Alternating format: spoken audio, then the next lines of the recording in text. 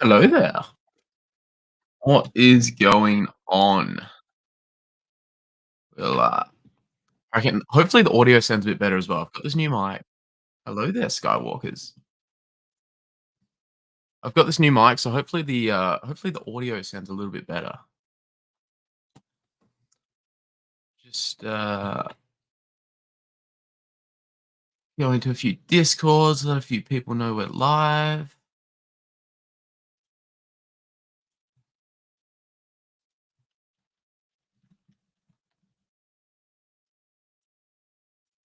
Sounds good so far. That's good. That's a good. That's a good start. How you been, brother? How's your week been? How's your week been?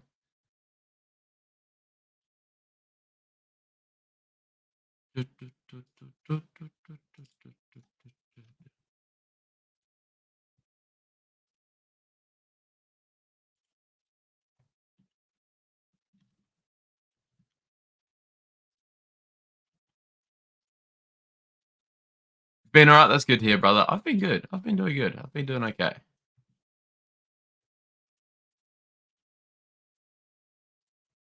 There's been a bit of news in Star Wars this week, so we'll break all that down, have a little bit of a chat about it.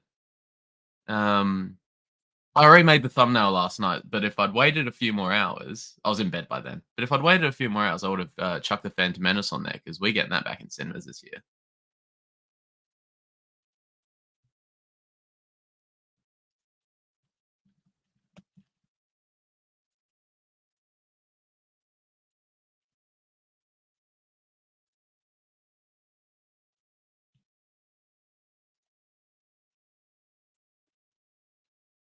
Just where are we?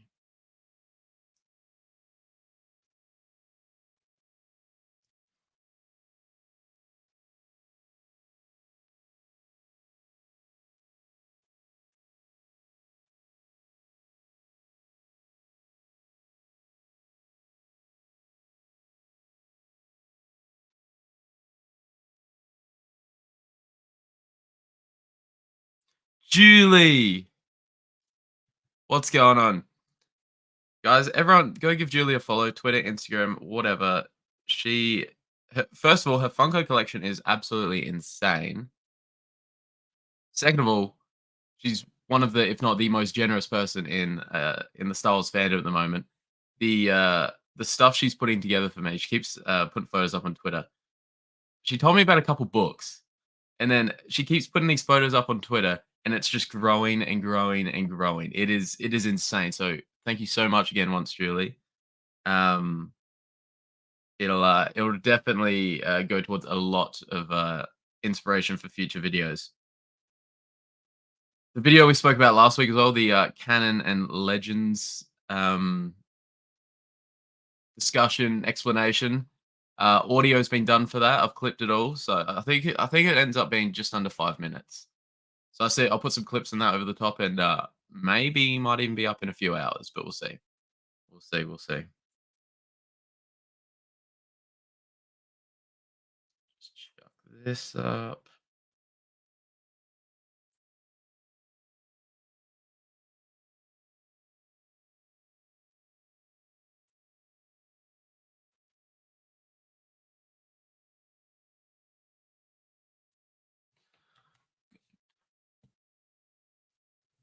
Are you more excited for? Are you excited more for the Bad Batch or Acolyte after seeing Collider's article? Well, that's actually I've seen the Acolyte scheduled for summer this year. So obviously that's summer um, in the states. It's summer here in Australia right now, and it is hot.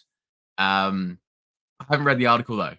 I haven't read the article. I was going to do that on this stream, so I'll answer that after we've read the article together. Kirsty, what's going on? I'm looking at the profile picture. So you've met where that was at Celebration by the looks of it. Was that last year? That looks like last year's Celebration, was it? You've met Ewan and Hayden too. Give me the breakdown. What was the experience like? That's like the dream for me, meeting Ewan and Hayden. There will be some content there for sure. There will be some content there for sure. There's a video at the end that got me more excited. Okay, I've seen it's not the leaked trailer that was on Reddit, floating around on Reddit a little while ago from Celebration last year. Is there something else? Have they released a bit more of a teaser, perhaps? because that would be nuts. That would be nuts.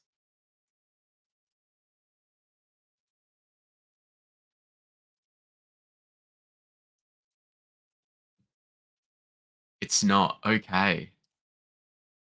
Can you do a link in the chat? Give it a shot. I don't think I've banned links in the chat. Give it a shot. Give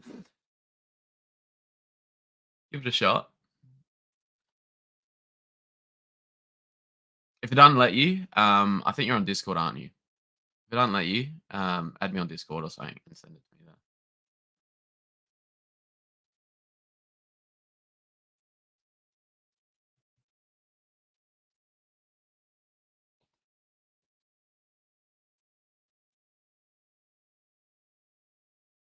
Yeah, it didn't show up. I've seen you in the Rayside's Discord.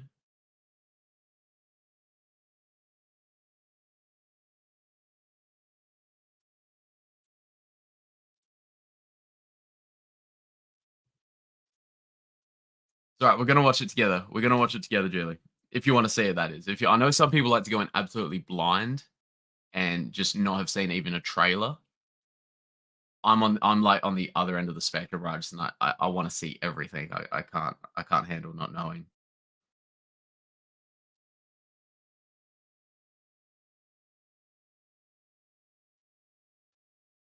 Yeah, there's been a bit happening this week. Yeah, that's right. We'll watch. We'll watch. Oh, here we go. The Ewan and Hayden experience. It sure was. It was quick but awesome. I feel like they do rush you through. Like they do it a bit here in Australia, and it's definitely not nearly as hectic as it would be at like a celebration, for example. They both made sure to look at me when they spoke to me. Just a brief hello. It's nice to meet you, and thank you for coming type thing. That's so nice. That's so nice though. Like that. It's obviously quite rushed, and they're meeting thousands of people a day, but they still take the time to get to know it. It's only a few seconds to them, but obviously, like to us, it'd be just the world. But yeah, no, that's like top of the bucket list. Those two, top of the bucket list. I saw because obviously they're both at MegaCon last weekend. I saw kind of stream with Tony and Will, and yeah, what did he say? It was like 500 US for the dual photo op, which is like about 800 Australian. It's about 800 Australian. Yeah, no, it's the organizers, isn't it? Like, I know people, like, yeah, the people we're actually meeting there, like, always seem more than willing to spend as much time with us as like we want, sort of thing. I've only met two Star Wars actors so far. I've met Emily Swallow, who's obviously the armorer, and I've met Tamira Morrison, and they've both been absolute delights. Could not speak highly enough of them. I've already sent as soon as that came out last night. I'm trying to think what time. Actually, I'll go to my emails real quick. What time did I send the email? Oh no, what time? Okay, so I sent the email at 12:40 a.m. So I reckon the news came out about 12:30 a.m. Here in Australia. Last year we didn't get Return of the Jedi. We didn't get the Return of the Jedi screening. Our cinemas just aren't like like America cinemas just shit all over the Australian ones. I swear. But yeah, we didn't get any of the Return of the Jedi screening. So as soon as that news broke, I emailed my local cinema, and I got an email back today just saying they'll pass my request on to the programming department. They have to drop it. They have to drop it. They have to drop it. Because the only ones I've been old enough to see in cinemas have been the sequel trilogy. I want to see the original six, but I'm just imagining like Duel of the Fates in cinemas would be nuts. So yeah, as soon I'm really hoping we get it here in Australia, because I will absolutely be there. Oh, appreciate it, mate. Appreciate. Yep, I see it right here. See it right here.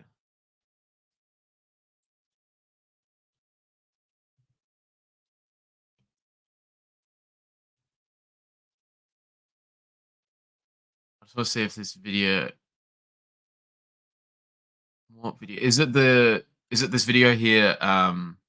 With Leslie saying the acolyte won't be kind to the Jedi. Is that the video we're talking about? I met Billy D. Williams. Of course that counts. Of course that counts. You met Fricko Lando. You meant Lando. Yeah, what was it? How widely spread was it when they did like Return of the Jedi last year, for example? How many cinemas was it quite common to see it in the cinemas in America?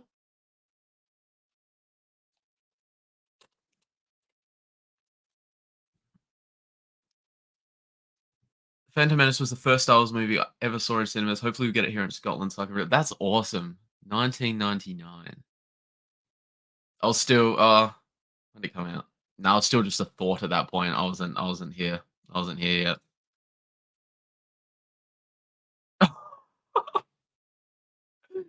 That's so cool. I feel like Billy D was like a high roller as well. He just looks like the most swaggy guy ever. I feel like he's a bit of a high roller. Oh yeah, they did that Return of the Jedi panel. Because Ming-Na didn't Ming-Na Wen host it? That one? You could just tell she was like, 'cause she's like been a huge Star Wars fan before she was like an actor and involved with it. She had like her own Star Wars fan club and stuff. You could just tell, you could tell she was even a little nervous, and she's in Star Wars. She was even a little nervous when talking to Billy D because like he's just a legend. High tipper too. Nice, nice, nice.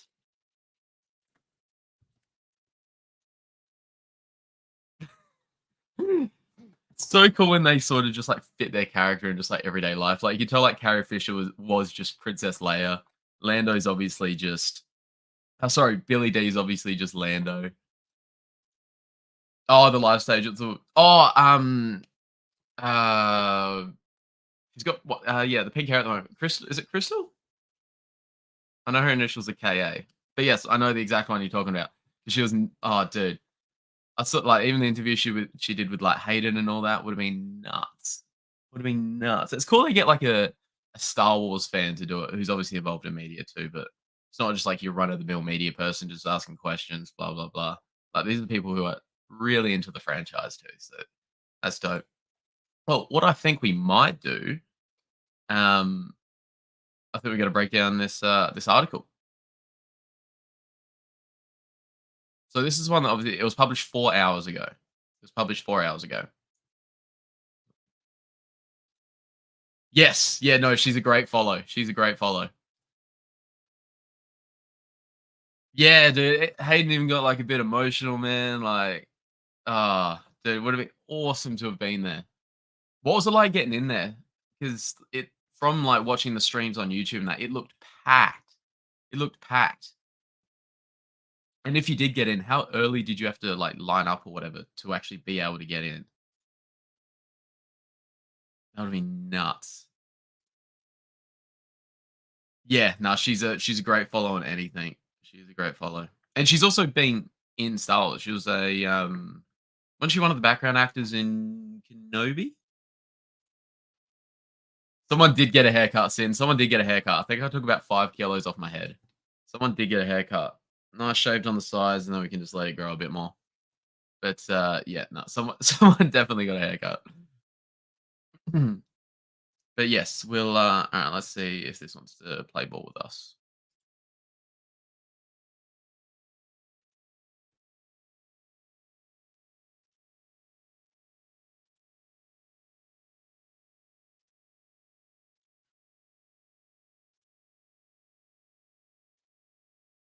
All right, here we are. It's gonna play ball. Let's go.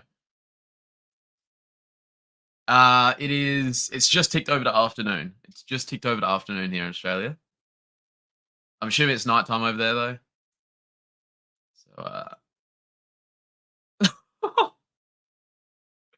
oh, that's so cool. It was packed. We were warned about half an hour before to not leave the stage, so everyone was. Oh, okay, that's cool then. I got some good photos. Oh yes, please do, please do. I'd love to see them. Please do. All right, so we're gonna break down this. We'll see what's going on with the acolyte. It's 1:30 in the morning. Well, thank you for being here. Thank you for being here, Kirsty. 1:30 in the morning. So, The Acolyte is a highly anticipated Star Wars series set to release on Disney Plus this summer. So, obviously, here in Australia, it's summer. So, it's pretty much just opposite for us. Winter is summer over in the US. Taking place 50 years before The Phantom Menace. Am I tripping? Or I thought it was 100. I thought the information had always been 100. Or am I just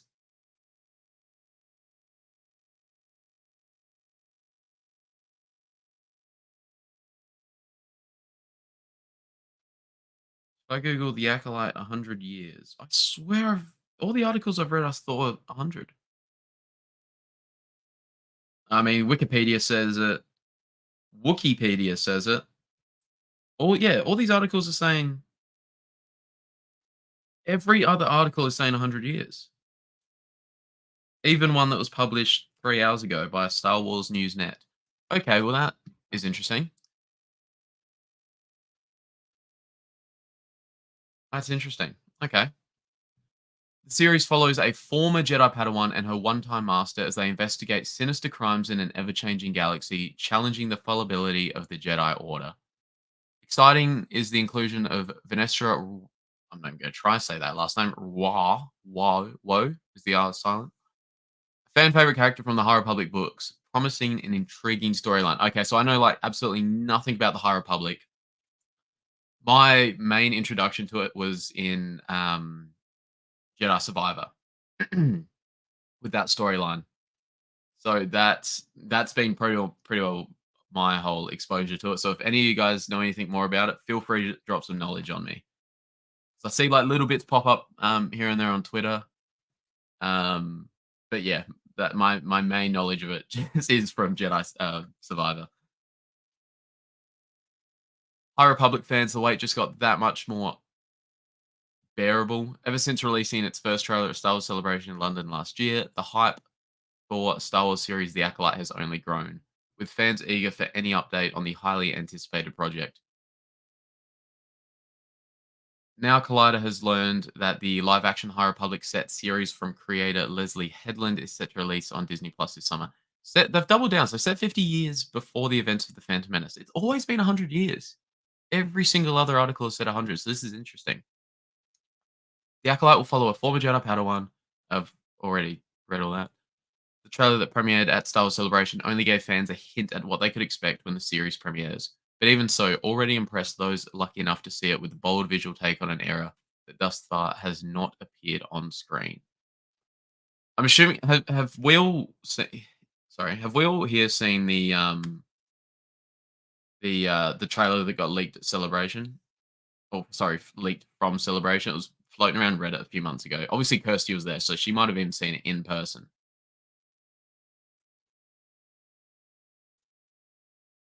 I love Vanessa. Most of her stories are in the middle grade books, though.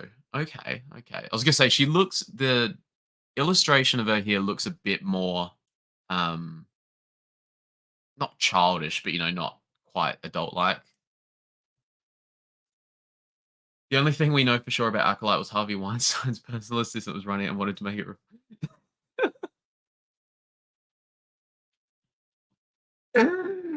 Oh, good lord.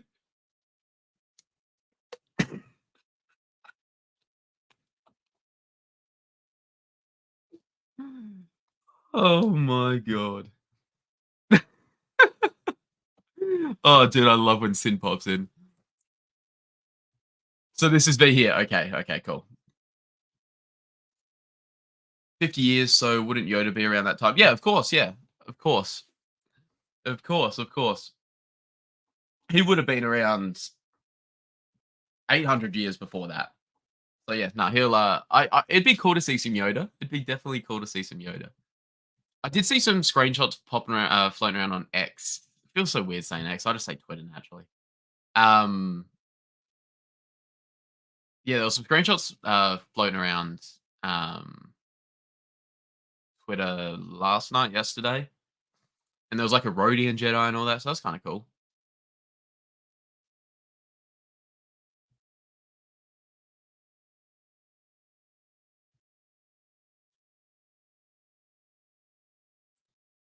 less under wraps and perhaps most exciting to fans of the High Republic books was the news that Rebecca Henderson, initially announced to be playing a Varillian Jedi, would in fact be playing an older version of Venestra, one of the more prominent characters in Phase 1 and 3. So, yeah, what are all these phases? Can someone break down these phases? How many are there? And is it sort of just like, with Marvel, there's Phase 1, Phase 2, Phase 3, it's just like ages in the High Republic?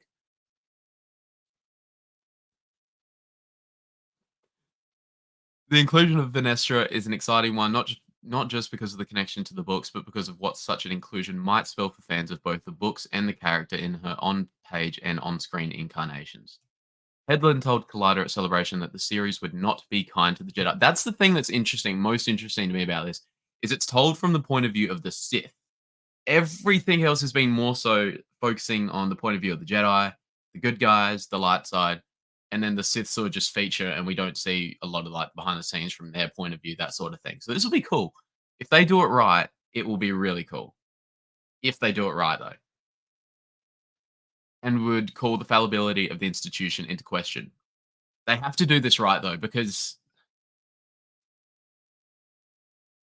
if they're calling if if the Jedi feel vulnerable at this stage, why were they so arrogant when Palpatine was right in front of them? That's a question. Because if they're so, and this is only 50 years before, like that's still quite a wake up call.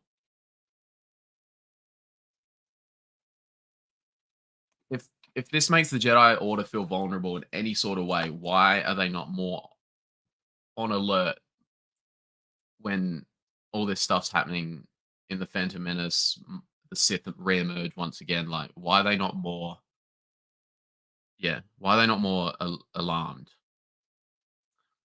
With all the struggles Venestra has already been through and those she still has to face, there are probably few characters better suited to tackle the imperfections of the Jedi Order from the inside. The Acolyte will premiere on Disney Plus in summer 2024. Stay tuned to Collider for more information and check out our interview with Headland below. So, is this the video, Skywalkers? Is this the video that um, you say gets you more excited?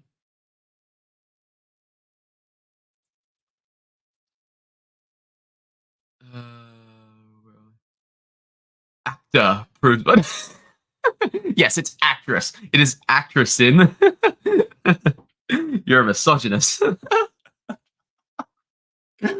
Oh, Sin. Never change. Never change. There are three phases that they have done, like the movies. Phase one is like the okay, cool. Phase one is like the OT. Phase two is like the PT, and phase three is like the sequels. Currently releasing phase three content. So will phase three when phase three finishes, we'll say. I just realized the comments are over me. When phase three finishes, will that?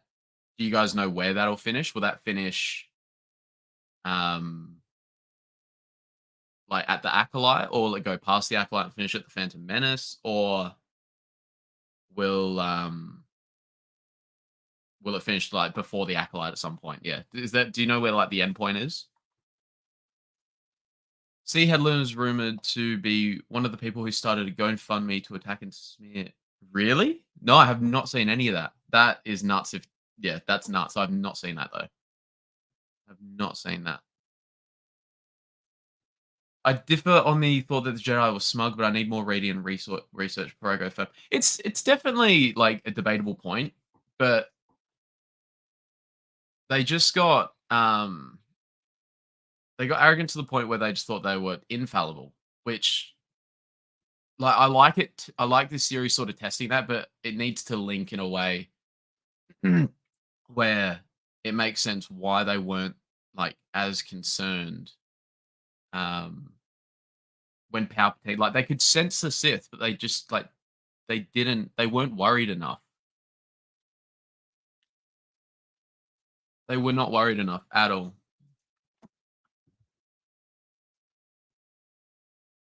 But no, yeah, it's definitely a debatable point. They're not alerted or alarmed because they concede in false belief of their infallibility in detecting and stamping out the dark side. Basically, fat, dumb, and happy.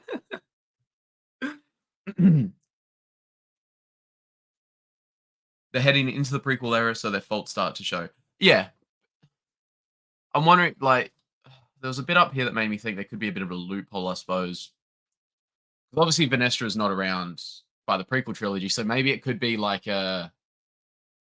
almost like a bit of a Tales of the Jedi sitch where like Yaddle finds out about Palpatine and Dooku, but she just doesn't live to tell the tale, sort of thing. Maybe Vanestra might sort of um know more about the emergence of the Sith here than the rest of the Jedi Order, but she just doesn't live to tell the tale, and therefore all these other Jedi still go around happy as Larry, not knowing just how like there is an emerging threat out there.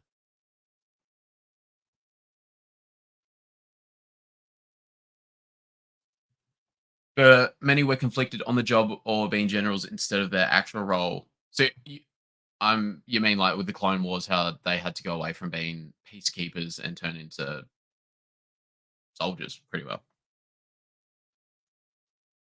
Not sure. I think Phase 1 is about 200 years before the Phantom Menace, and Phase 3 is set after that, but I haven't started that yet, so I'm unsure how much further into the timeline. It's interesting.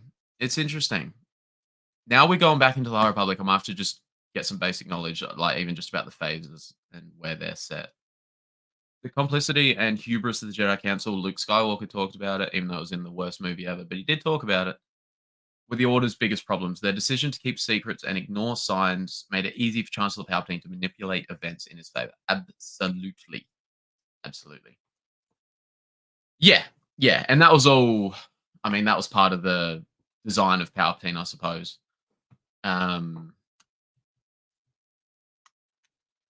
That's the only problem with these comments now. The way I got my camera set up keeps covering my head. I suppose it was part of the design of Palpatine as well. And hey, look, I think that's something where Qui-Gon just would have been so important, man. Even Dooku. Jedi like Qui-Gon Dooku would have been so important in an era like that. So important. If you knew the dark side could cloud your judgment, don't you think you'd try and always be using some checks and balances? Darth Bane knew how to start the process, and Plagueis Palps finished it. Yep. Yeah. They just weren't. They just were not on alert. And you'd assume Yoda. Like, I love Yoda to bits, but he was arrogant. Nah, internally arrogant, I'd say. I love Yoda to bits, but he was internally arrogant. I just finished the book on how Palpatine found Maul and trained him. He was such a user. I need to read that book, but I've seen excerpts in that, and yep, yep. Star Wars Explained do a review of the book, so if you aren't looking to read them, oh okay. Okay, see, Star Wars Explained isn't someone I've watched a whole lot of, so yeah, his channel might be something I need to dig into a bit. Now, I think I might have to. I'll chuck the headphones on. You should be able to hear sound. We'll give this a listen. Hopefully my camera.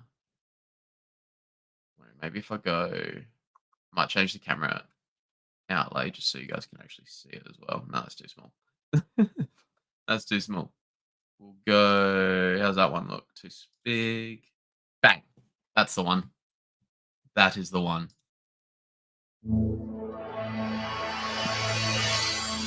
Your series is dealing with stuff that like a lot of us want to see. I think so. Yeah, well, this is the truth, is that when I pitched it, because I came in and I pitched my own idea, I didn't come in and say like, what about baby Han Solo? You know what I mean? Like, it was like, I was like, what I'm really interested in is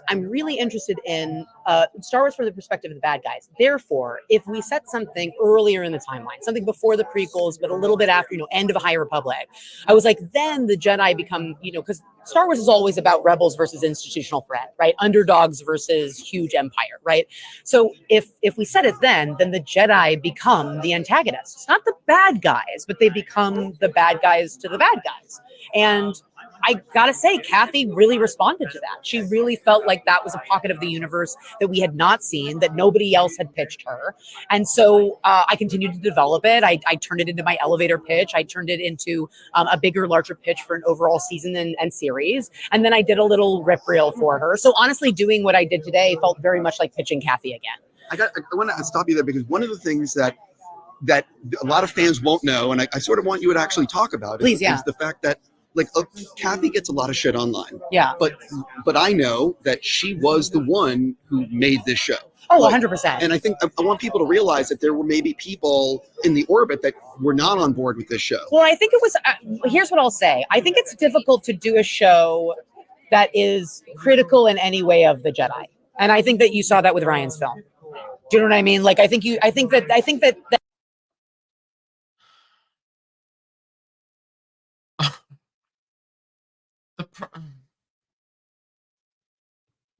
the problem with Ryan's film was not that it was critical of the Jedi per se. They'd already realized all their mistakes. That was what the OT was. They had realized their mistakes. It was the rehashing and the basic character assassination of Luke. That was the problem. That was the problem. It wasn't the criticism of the Jedi. We all criticize the Jedi. We all know where they went wrong. We all know where they went wrong. especially What's going on, Prodigy? What's going on, my in guy? that moment, people were very nervous about saying this particular institution may not be the light and perfect, stunning group of heroes that are totally nobly intentioned. And when one thing that I think Dave would say is that they are fallible. That's really the story that George told with the prequels, right? Is the fall of this particular group.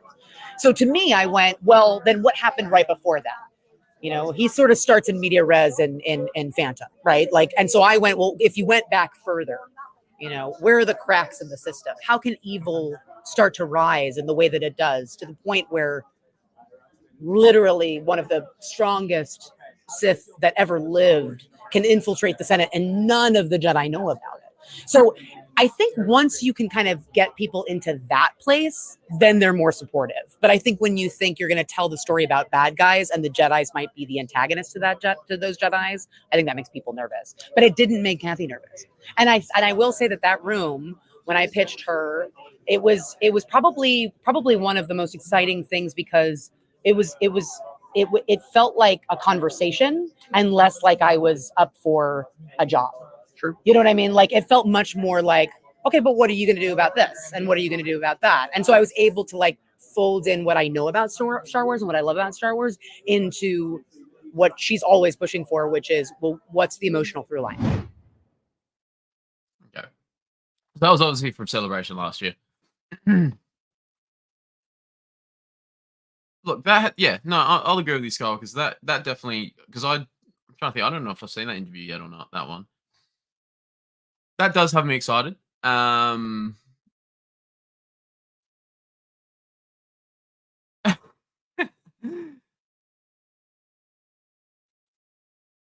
no, I do agree. Yeah, no, I agree with that part. Like, obviously, she did also say like that was what the prequel trilogy was about, but I don't understand the whole her saying it makes people nervous. I don't quite understand that, because like every content creator, everyone like on social media I interact with, everyone on every other content creator, like it's always a discussion point, like talking about the Jedi's fall and that. Like it's not something that makes people uncomfortable, I would have thought. Or nervous. Like that caught me off guard a bit. Like I'm not quite sure what she is referring to there.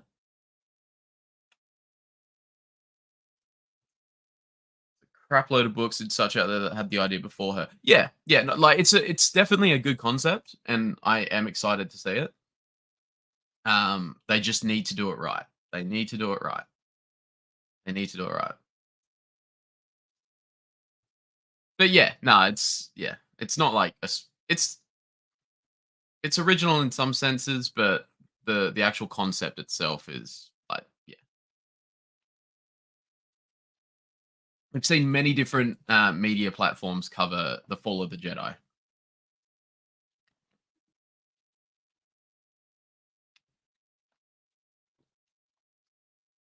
Let's go back up a little bit. That's why they forget after a millennia with the absence of the Sith, they get complacent. Yeah, but this is only 50 years, so that's what like, mate. It must be only like a few. That's what I mean. It must be like a bit of a Yaddle situation where only a few Jedi know the full extent of the threat, and that's why. And then they all die, and then that's why the rest of the Jedi aren't as on alert. Maybe like that's just like a possible explanation because that's all I can think of for that at the moment. Palps and Plagueis knew Maul would never be any challenge or threat to them, and he was never to be anything more than muscle. Given his appearance, Plagueis wanted a human face of the Sith.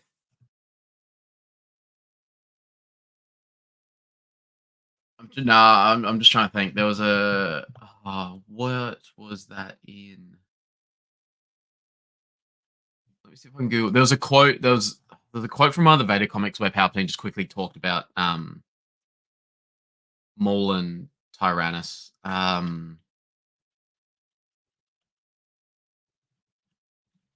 see if I can just Google it real quick.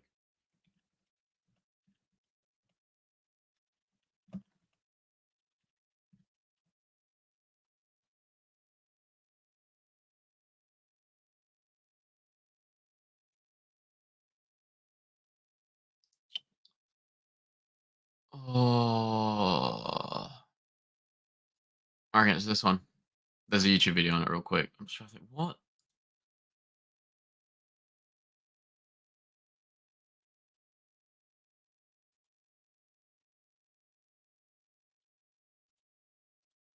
Yeah, it was this one. It's in the 2015. He's talking to Vader just about the Sith and that, about how they rose.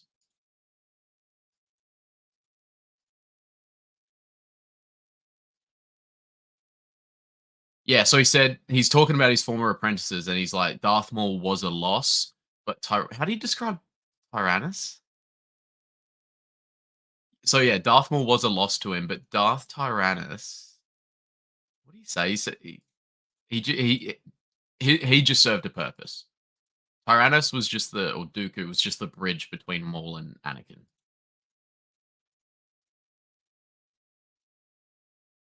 What do you call him? He called him a proton torpedo. He served his purpose and was gone. So evil, man. So evil. So evil.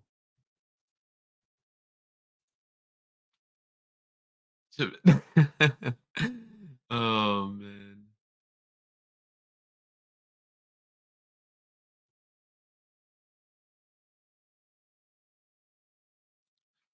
Real pitch probably went like this. Is there a way I can lower it? There you go, so we can still see me. Her real pitch probably went like this. How about we do a female century people? Ah! This is what I think, just my thought. She is selling it to people who have not invested in it all, like many of us have. She's a saleswoman to pitch to newer viewers.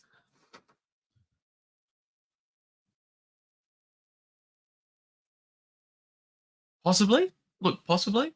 I suppose we'll only really be able to tell when, um, like it comes out and there's a reaction to it. I suppose that's the only time we'll actually be able to tell. I think it's the people that don't really understand Star Wars are probably nervous about making Jedi the baddies. Maybe, yeah. Probably a bunch of suits who look at the bank accounts rather than what fans want. Yeah, facts. Facts. Yeah. It's probably people with just like a no, it actually makes a lot of sense because yeah, it's probably just people with a basic understanding of Star Wars and they just see Jedi good guys, Sith bad guys. Oh, we can't make the Jedi the bad guys.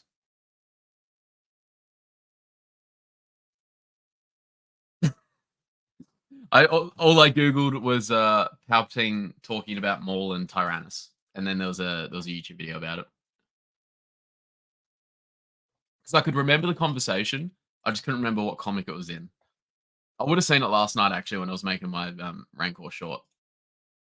The things I'm saying, the things she's actually said or actors have said, except my sales pitch comment, but not really a stretch to say it could have gone that way.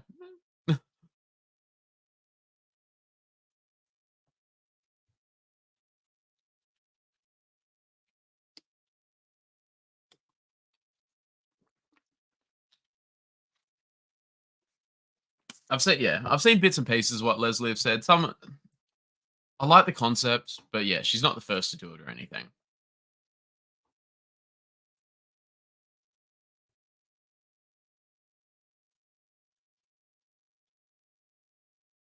She's not the first to do it. Well,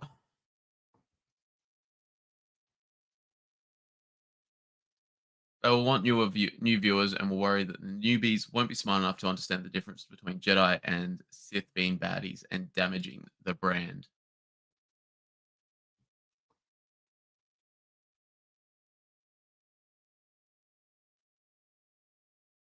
Yeah, yeah. I saw a I saw a clip the other day because obviously Disney have brought in probably a newer section of fans, I suppose. Um, and there was a clip last night I saw. It was someone getting interviewed. It was just like one of those challenges, and it was like I think someone was showing him like 15 Star Wars characters, and however many they could answer was how many dollars they got or something. And it was they were able to say Finn, like he showed him Finn, and they said Finn, and they even said like his call sign F1287, and then he showed Dooku, and they didn't know who Dooku was. And I was like, have you seen Star Wars and you know Finn? And obviously you know Finn, but you can even like go past that and say his call sign, but you can't say Count Dooku. And then there was like Watto as well. Watto was a pass maybe, but I mean, well, obviously all of us would be able to say look at Watto and say that's Watto. But how do you how? It just brings in like a new section of fans. So there'd be a section of fans who just know a lot more about Disney Star Wars than the Star Wars we all know and love. At the end of the day, none of them would have any Star Wars things if it wasn't for the old white guy. Just saying. So just write some good stuff. Absolutely. That's all we want. We just want well written stuff. We just want well written stuff. Pay homage to the guy who has created this universe. And yeah, just do right. Just pay respect to him and just do right by the world he created. Oh, okay. I think we're gonna have a hot take here. I've questioned the Jedi since Obi-Wan guilt-tripped Luke about killing Vader after Luke knew Vader was his dad.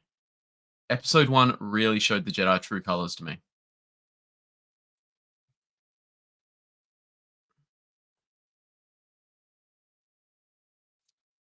I can't kill my own father. Okay. I just want to see if they're just like, yeah, we're going to do a live short. I want to see. It is a great point. It is a great point. Where is the book? Here it is. I just want to see if there's an Obi-Wan. I swear I remember reading it. Whoops. There's a. Nah. So obviously, this book, I don't know if you guys have read it, but it's Return of the Jedi from a certain point of view, and there is a bit in here about that conversation. I just want to see what Obi-Wan's thoughts were when he said that. For the most part, this is actually a really good book. Oh, what would it be under? From a certain point of view, I reckon. You have to bear with me, guys, but it's either going to show us absolutely nothing or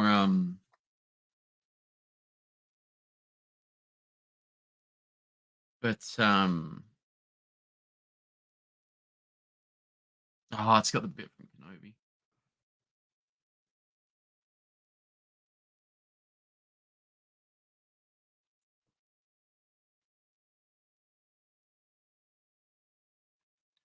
He proud moment here. He's talking about this is the chapter's called From a Certain Point of View. And where have we picked up from?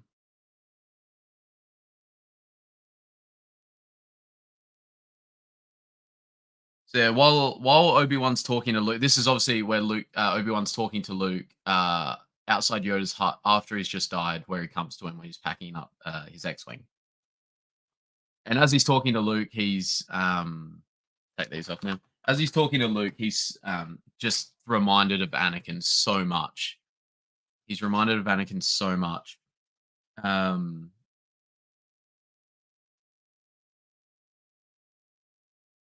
and yeah, he's just remembering bits about him. Just trying to see.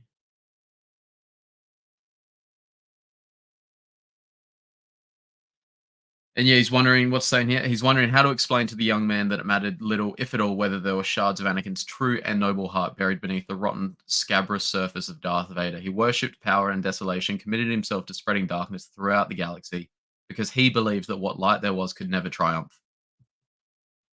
And that's where he said, like, he's more machine now than man, twisted and evil. Um, maybe this was the moment Obi-Wan had been waiting for. Maybe it was time he told Luke the truth, but how much of it? He made his decision. And then it goes back to what we saw in Kenobi. Have you come to destroy me, Obi-Wan? And then the duel begins, then you will die. Instead of statements vocabulary of was Obi-Wan still adrift in the Force? What would happen? Vocabulary of violence punctuated by flourishes of hateful power. Vader's movements became wordless shouts, screams at Obi-Wan, Qui-Gon. All the Jedi had failed him.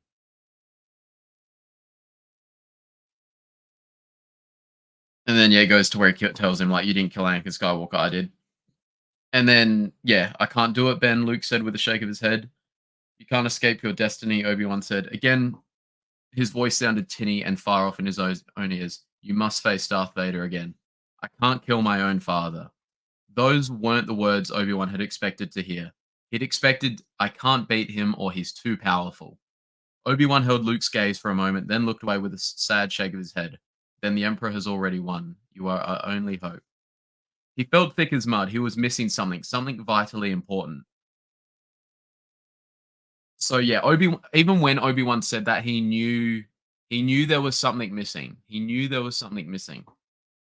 So even when he said that, there was no real conviction there. I think that was more just a spur of the moment thing.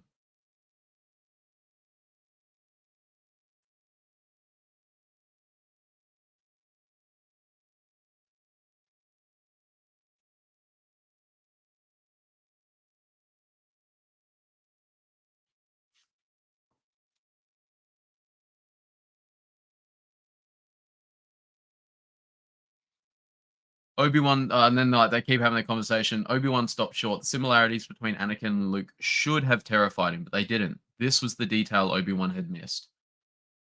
Everything he'd said to Luke was true, and Luke favored his father quite a bit in most ways, but there was something quieter in his temperament, for all that darkness and light still struggled within him. The boy was simply terrified and enraged by the suffering of others, both strangers and those he held dear. But where Anakin had always felt himself an outsider, set apart from his allies, destined to fail or triumph alone, Luke saw himself not as a hero or a martyr, but as one thread in the tapestry of life. He intuitively understood himself as an expression of the Force, drew his power from it, not in great drafts, but in small, careful sips, taking only as much strength as he needed for the task at hand. There was a great deal of Anakin in him, but he had inherited mainly Anakin's best qualities. Obi-Wan hadn't killed Anakin Skywalker, but neither had Vader. The best of him lived on in Leia and in Luke.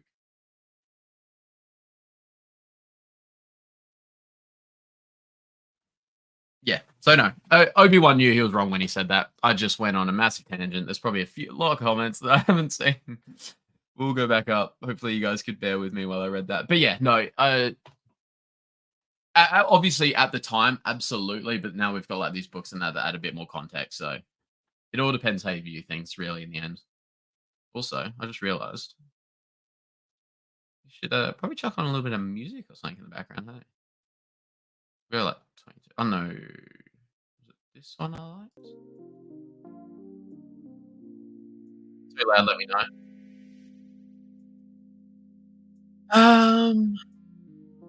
Yes, in like, where is the empathy in that situation? You my brother and you kill him, but he's only your father. Crack on. It was yeah. I think by that point he just knew.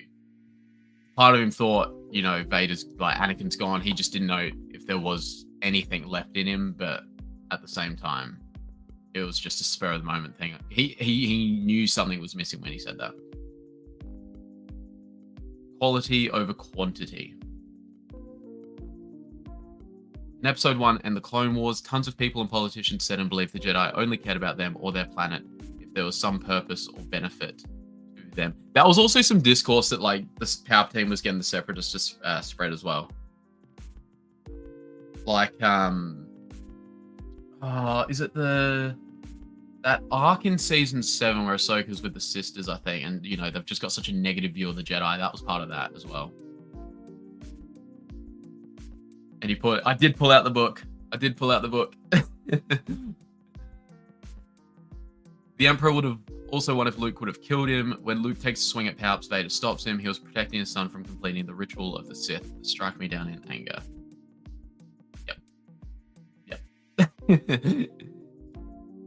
The Jedi ideals were one thing, the reality was different. They allowed and tolerated slavery, famine, people, and planets being exploited for natural resources until it benefited them to step in. Yeah. And how many... Yeah. But then, like, I mean, you've got Tatooine, who wasn't necessarily, like, that planet was run by the Hutts, so it wasn't necessarily like you don't have a representative from Tatooine in the Senate. But, yeah. There were other planets where it definitely happened. I mean, the Jedi were the goody two-shoes. They portrayed themselves to be. Obi-Wan and Yoda were essentially training Luke just to fall in front of his father in hopes it snaps Anakin out of it.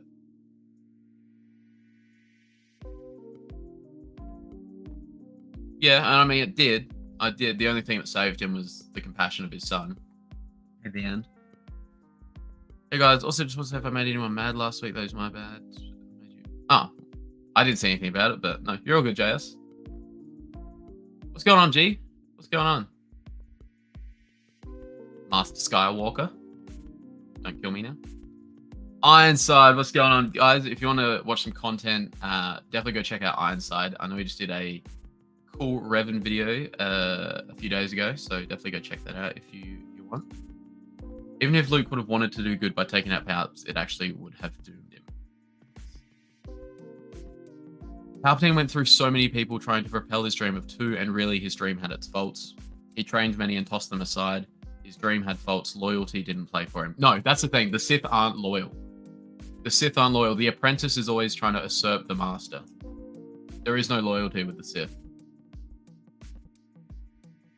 I think they'll say George Lucas said, like, the apprentice is always trying to take over the master, find his own apprentice, and if they're successful, then the apprentice will try to take out the master again. It's just a endless vicious cycle.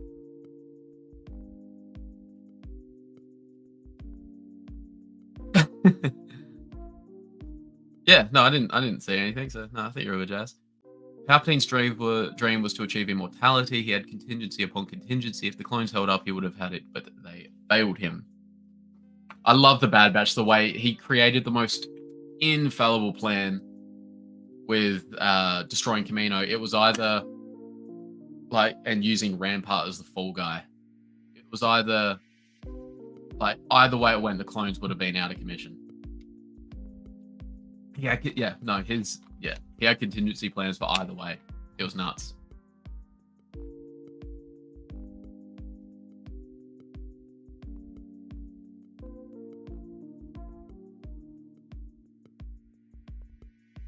Oh, yeah, it might have just been the angle. Yeah, because I've got the mic setting on, so it only... Just go say, can you guys see the mic? You can't quite see it. I've got the mic setting on, so it only is channeling from, like, directly in front of me. So anything, like, to the sides or behind, yeah, it won't.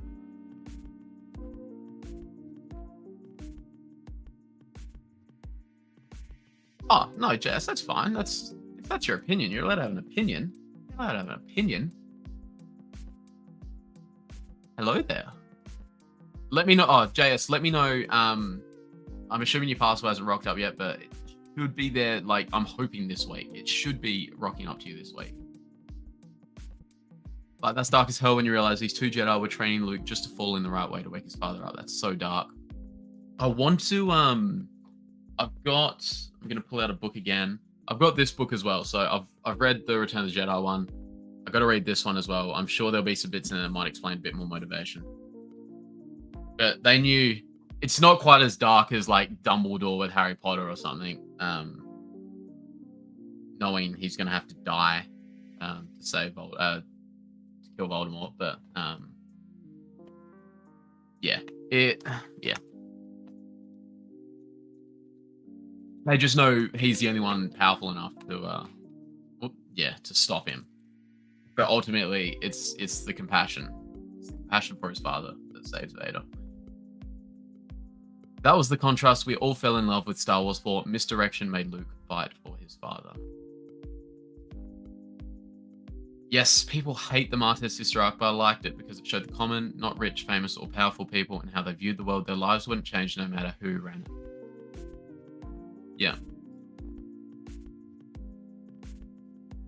Clones had accelerated growth, so they would never have been anyone's long-term solution.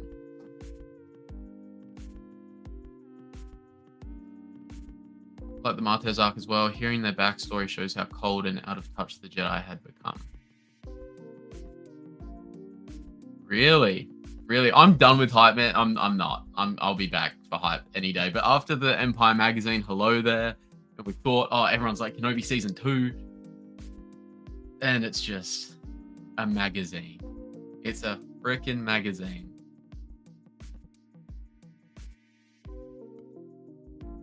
JS, I'm sure Skywalker's Academy would love to check me out. Oh, damn it.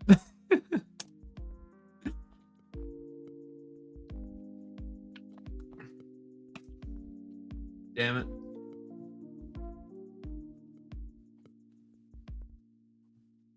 What else has been happening? Only a few things bother me about the sequels. Most of it will be seen as a great story once they get around to changing how we see it, as they did with Clone Wars. Yeah, no,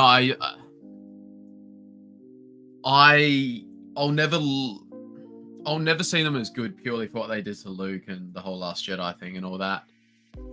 Will it improve though? Absolutely.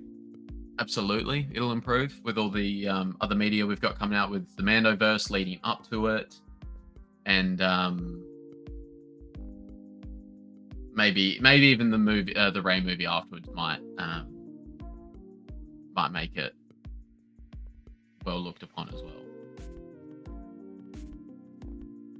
Yeah, no, those cover. I don't know if we actually get Empire magazine in Australia. I need to see. I'm assuming we do. But that Sith cover especially, oh my god. That looks nuts.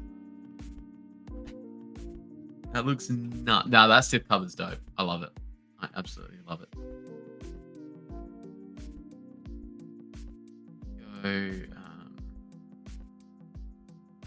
Yeah, there's been like little... I'm not sure. When does the issue actually release? Is it April or something? March? April?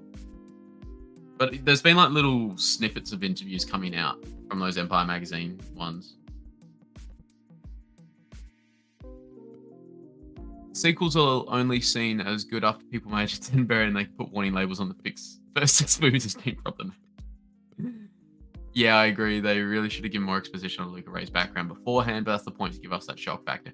But that's one of the main issues with it as well. Like, they never had any plan for who Rey was. Like, Daisy said herself, at one point she was going to be like Obi-Wan's daughter, and then she was going to be nobody, and then she became Palpatine. And this wasn't like just that wasn't just a discussion made before the sequel trilogy came out. This was going on as the movies are getting made, which is just nuts. How do you not know who, like, one of your main characters, like her origin story?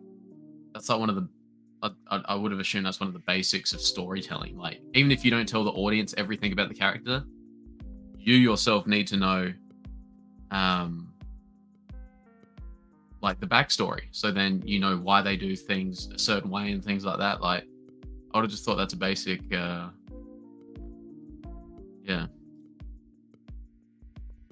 Next week. Ooh, okay. I'll have to do some research, because like, Empire magazine's a big magazine, isn't it? So I'm assuming we would get them in Australia. There was always a plan. They never tell actors the whole truth. Maybe in part, but like most of the time, like, well, then you've got the Adam Driver interview recently, for example, where, because there was the 2 different directors, there was just no cohesion.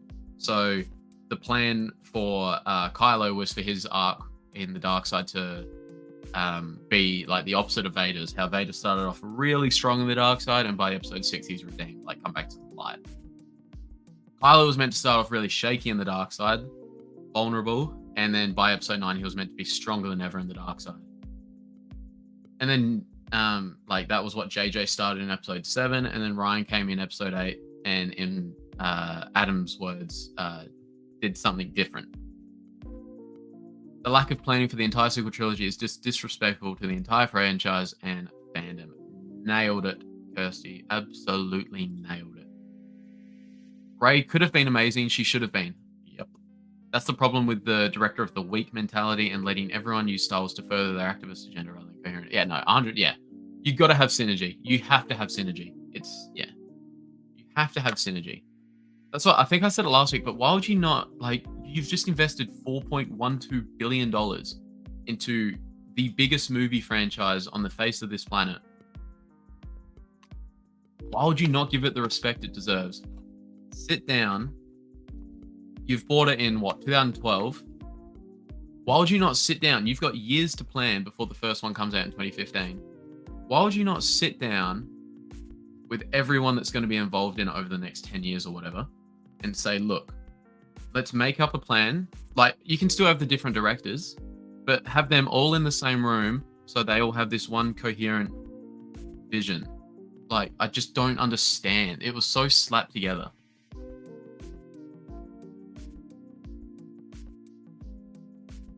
I know he didn't know what the plan was. They didn't tell him he'd be redeemed. Leaks would have happened if they did.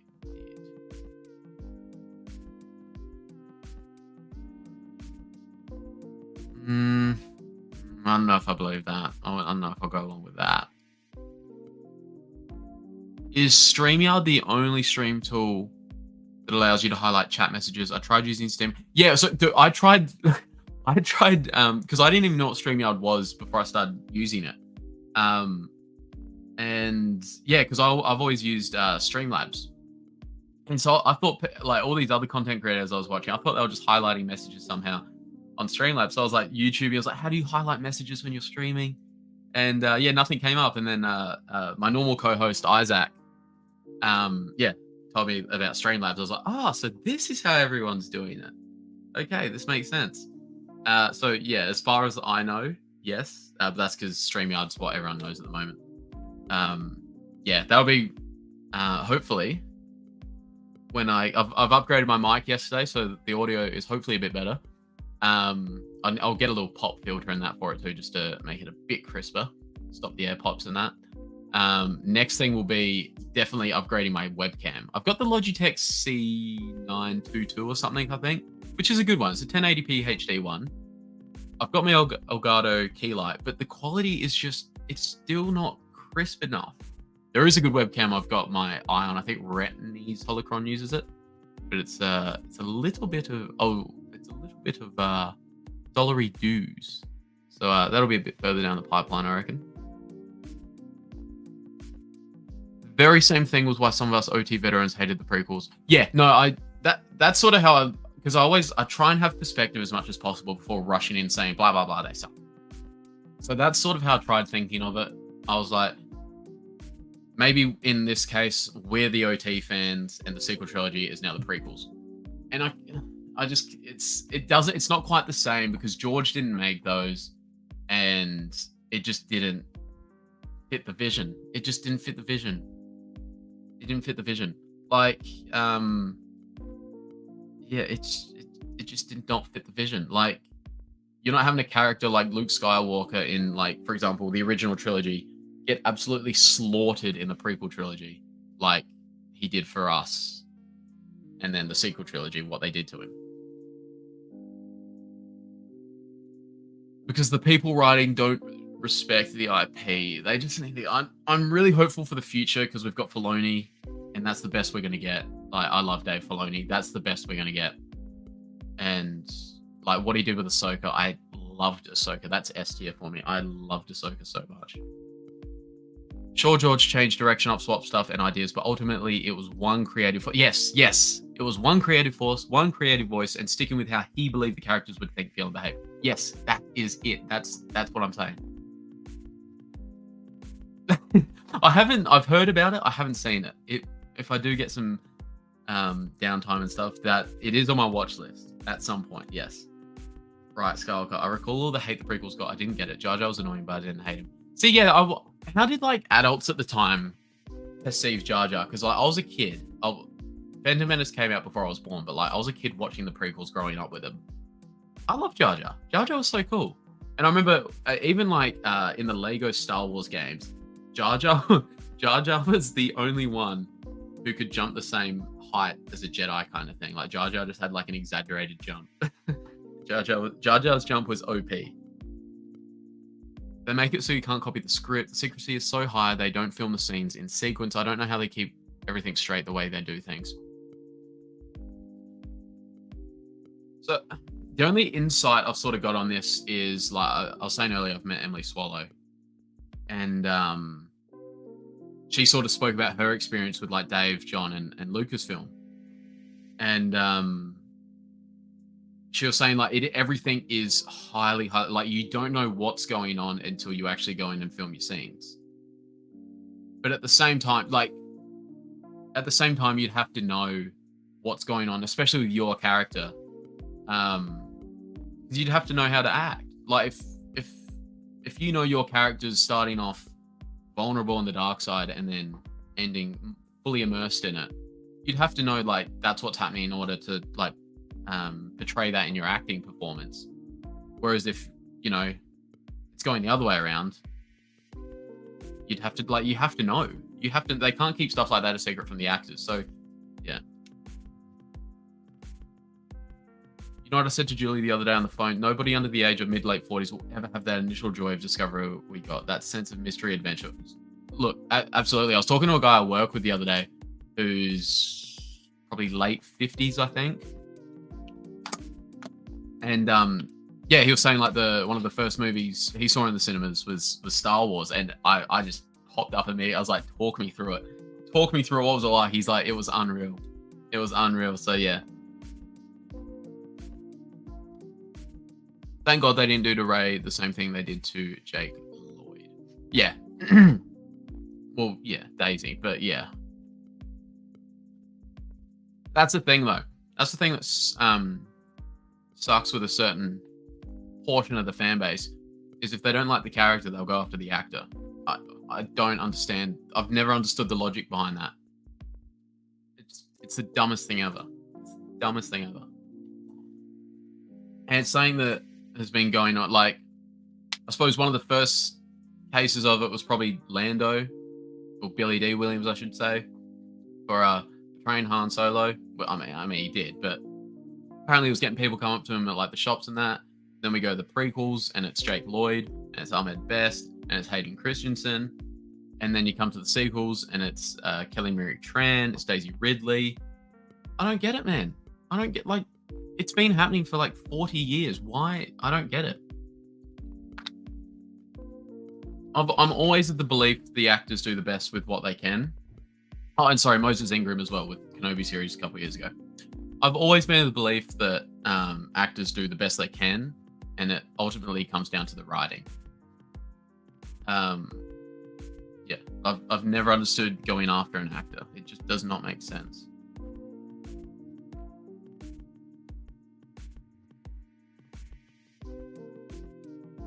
Jar Jar is a Sith. There's someone. Is it Theory Sabers? There might be Star Wars Theory Sabers, maybe. He's there's a font he's put on the saber, and it's like a evil Jar Jar laugh or something, which is nuts. Remember all the misdirection for filming rumors and so on for Return of the Jedi? I've heard a couple. Yeah, I've heard a couple. And like, yeah, they absolutely do happen to a point, but like you've got the actors coming out after just saying like even for them there was no cohesion. It's true, the anticipation was made greater back then because there was no leaks and such. You sat down and got what you got, and it was it would have been an unreal time. It would have been an unreal time. So that's why they take several takes and cuts to get different actions, and they use the one that works the best. That's why they don't use scenes from the movie in teasers, sizzle reels, and trailers. Let's be honest and hypothetical. If Disney sold Lucasfilm, people would still be unhappy. There's always going to, like, you're never going to please everyone. You're never going to please everyone, unfortunately. But yeah. You just want good people involved with Star Wars, people that know the franchise, and it's trending upwards. Like, I'm hopeful. I really want to see with Filoni what he can do. Obviously, Filoni's not going to influence the Acolyte because the Acolyte's already been made. He might have like helped with some direction, but it was already made by the time he's got his role. So we'll have to wait and see. Because Andor's just finished wrapping, so I doubt Filoni would have had much to do with that. So we'll have to see. It'll be stuff that's coming out sort of like after Andor, I think, that we'll see Filoni's influence a bit more on. So I do understand why people believe there was no plan. It's all misdirection and secrecy. Some of it, yes, but other parts of it, there just was no plan. That's my belief. I actually liked the character of Reva and thought she could have been badass. I didn't think she should have been in the Kenobi show and how they shifted him as a side character. Yeah. I was really keen to see Reva because she was touted as this badass. She like cuts off just like that civilian's hand, and that was like something that got teased before the show came out. And yeah, she would have been awesome. I was really looking forward to her. Once again, just written poorly. She was. I know a lot of people found her annoying. I'm trying to think why. I'm not saying she wasn't annoying. I'm trying to think why she was written that way, and the only answer I can come up with is that's how the other Inquisitors saw her, because obviously they hated her because she was so ambitious, wanted to rise to the top, because obviously she had a personal agenda, trying to get like close enough to Vader that she thought she'd be able to sneak under his nose without him realizing. Yeah, that's the only reason I can come up with like why the writers would think to make her such an annoying character, is because that's how the other Inquisitors viewed her. Especially the fifth brother. That man hated her. I mean, Grand Inquisitor probably did too after she stabbed him. But yeah. But no matter who runs it, buys it, directs it, at this point, it's a wrap. Yeah. Well, I mean, even if you go back to the George Lucas era, I mean, there was a lot more people on the same page, but you still had like people not happy. But I suppose, yeah, there's definitely a lot more people now not particularly happy with the direction of it. The story group was in on that, and he's always been over the story group since Acolyte started production. Yeah, like he was saying, like he'd still get asked questions and that from directors, but now he's got that more official role. So Filoni's definitely like probably had a hand in Acolyte for sure. But yeah, we're not gonna see his like official influence until after Andor. After Andor. Sin, you took the words right off my keyboard. Reva is a great character played by a good actress, but used poorly. Nailed it. But the thing is as well, the way they left her as well, you can't leave her there. Because originally I think she was meant to die. There was a leak or rumor that came out. Originally she was meant to die. But now she's been kept alive. So there needs to be an endpoint for a character. You can't just leave someone like that. Like with the story not finished. Like, yeah, it doesn't make sense. There has to be a season 2. It has to be a season 2. I always say Reva tried too hard. They tried too hard to make her a hard ass. Some characters are a natural hard ass, and the ones who betray them. I really think she could have been. She was just written in more of an annoying manner. I really think she could have been. I was super hyped to see Reva's character. I didn't like how they constantly make the men look weak and foolish or broken so they can elevate the women. Reva survives 2 stabbings, but Qui-Gon goes down in 1.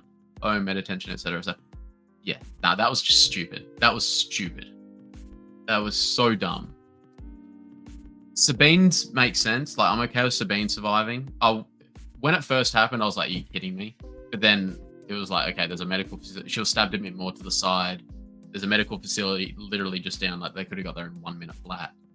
So that made a bit more sense. Reva doesn't make sense at all, let alone once. She got stabbed twice. Yeah, that will forever baffle me as well. Once again, that's just bad writing. Like, that's not Moses Ingram's fault. That's just bad writing.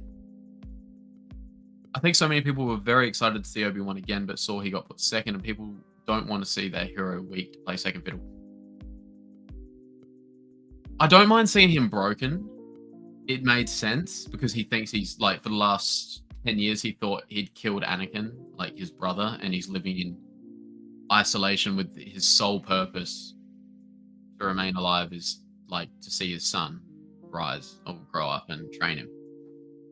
I don't mind seeing him broken. It was just we needed the redemption arc, and we got it. I didn't mind Obi-Wan's arc. We just needed to see more of him at the forefront, I think. I didn't mind. Yeah, no, Obi-Wan's arc was okay. I didn't mind that.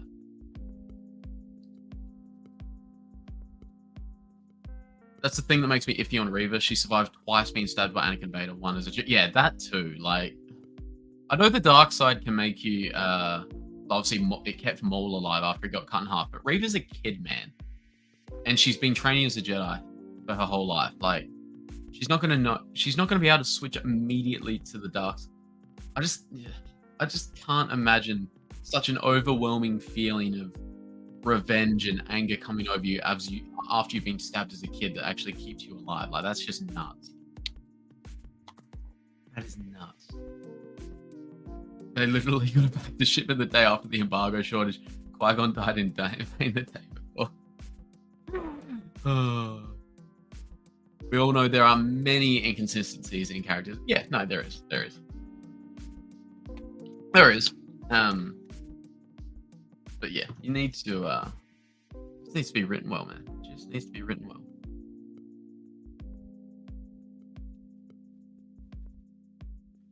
Just needs to be written well.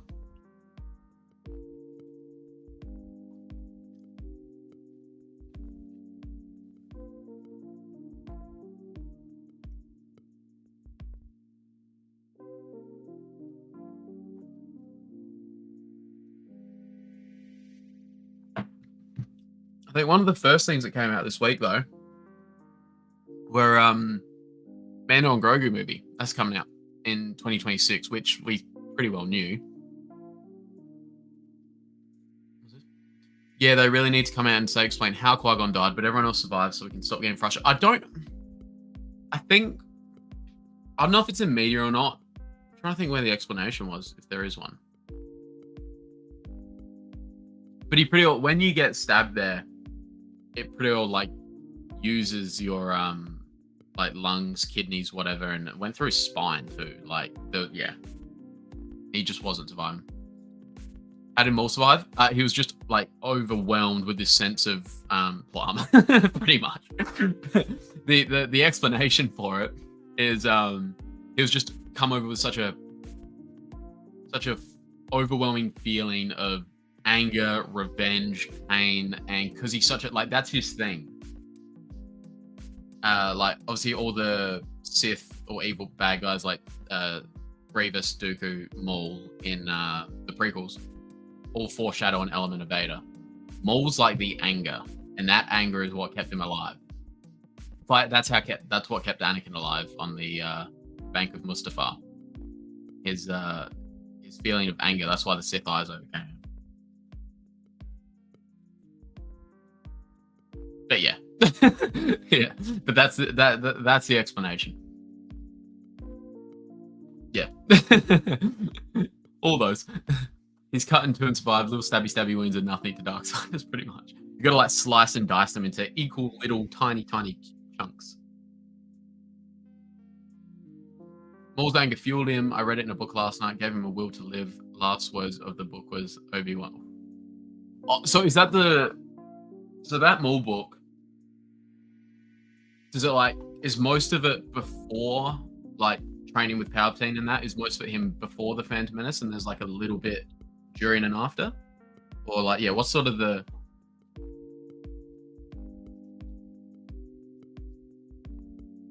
See, the Disney era fans will twist themselves into knots for mental gymnastics to defend, explain away everything. Validate cake again, the grab direction character. Oh, it's kind of fun. You're not wrong at all, dude. That's why I was laughing, because like the amount of discussions I've had and the explanations I get back, like the worst one ever. The worst one ever is the explanation for how Rey was able to use the mind trick on the Stormtrooper. And it was when she was able to resist Kylo when he was trying to break into her mind.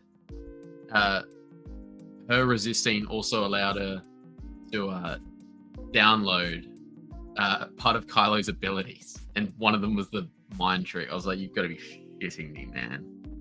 That is such a crap, like that is the explanation. And it is such a crap explanation.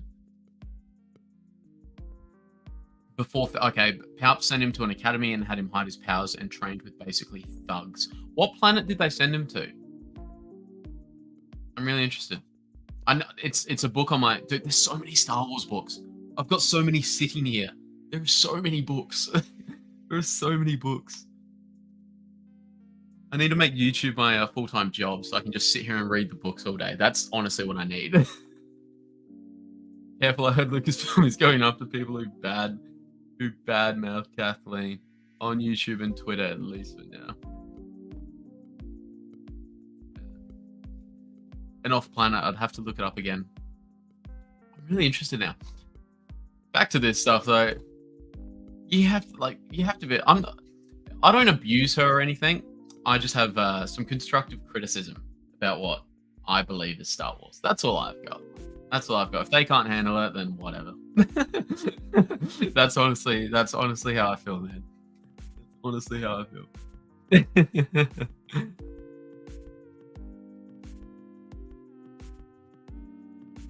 Literally, Palps was an asshole. Hung him over a vat of acid in So was this while he was senator of Naboo still?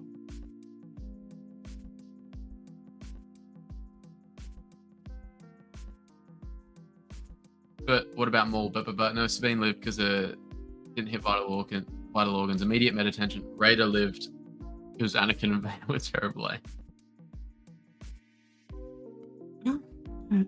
See, no, the Sabine one I'm fully on board with. I don't know if you're taking the piss or not. The Sabine one I'm fully on board with. But yeah, the Raven one is just stupid. The Raven one is stupid. He was 6 and Palps was a senator, yes. Oh my god. He is oh dude, he's a savage, isn't he? Such a manipulator. Such a manipulator. Does it sort of talk about what Maul was like in his childhood before he was taken? Like, was he always this angry?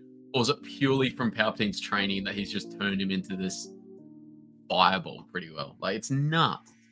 It is nuts. Yep, I understand all of the criticism, mental gymnastics. Blame must go to someone, but really the blame game is a path to the dark side. It's a very sad game to play. Oh yeah, no, I don't. I know it's not all her fault. Like it comes down to a mix of a lot of different people as to why, like, I'm not a fan of certain things in Star Wars.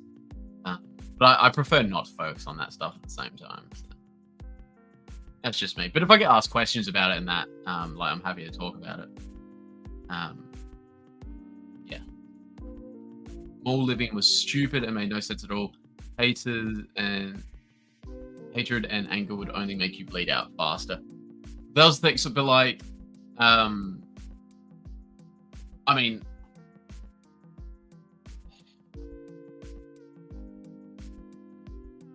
like Anakin's would be more severe than Maul. Obviously, Maul also had the fall, but Anakin wasn't just cutting. I mean, Anakin wasn't cut in half either, but yeah, he just had his limbs cut off.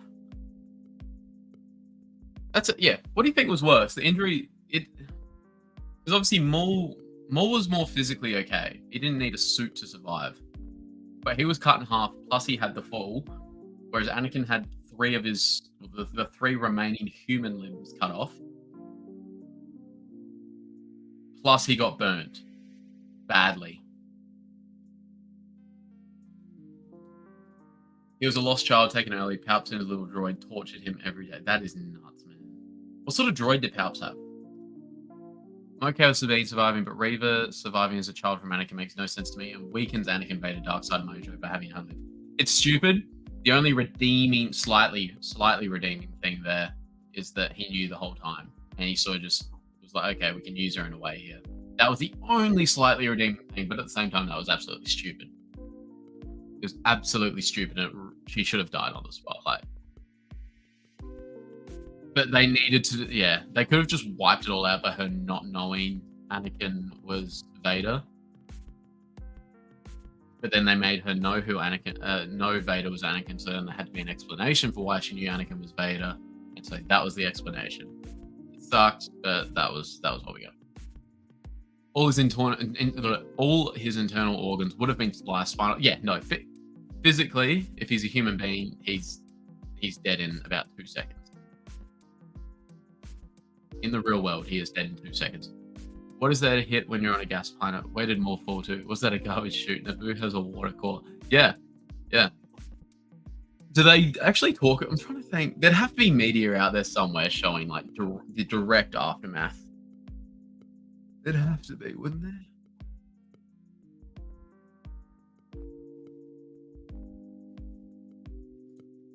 This 6-legged spider-like droid that had an evil streak. Palps finally threw him in a wall when he thought Maul and the droid were getting too close to prove to Maul I can do this to you. Is that what gave him the inspiration for like the spider legs? When you first see him before he gets like robotic legs in Clone Wars? Is that why he had the spider legs?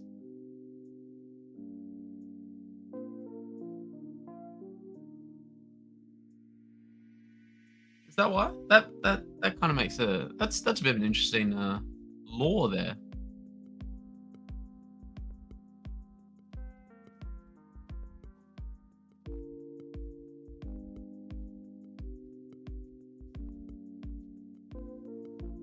Yeah, no. That's just something that stood out to me, yeah.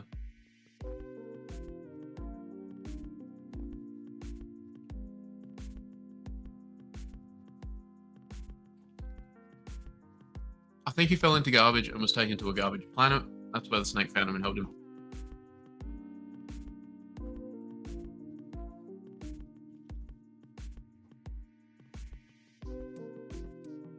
They need to go on. They need to make like a Solo tour, or a series, or something after Solo as well, because we just got left with Maul chilling there.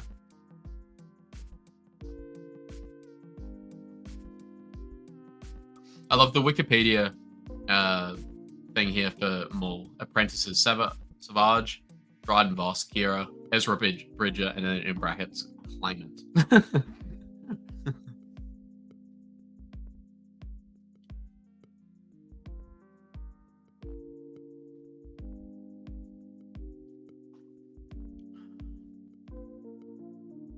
So yeah, Sentience potential. Sidious took Maul as an apprentice while he was still a child in 40 BBY.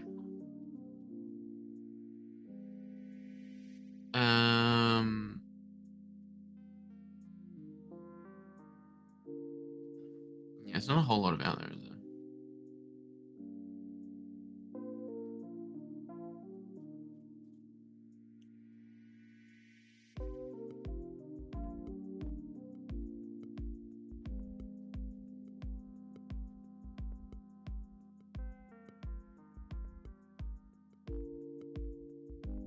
It's interesting though, because like the way Palpatine talks about Dooku and Maul in the comic, he makes it sound like Maul, like he thought Maul was a bit more of a long-term solution, but he had Dooku waiting there in the wings. That was interesting. It wasn't like he went out and sought Dooku after Maul died. He already had Dooku waiting, so that's a bit interesting.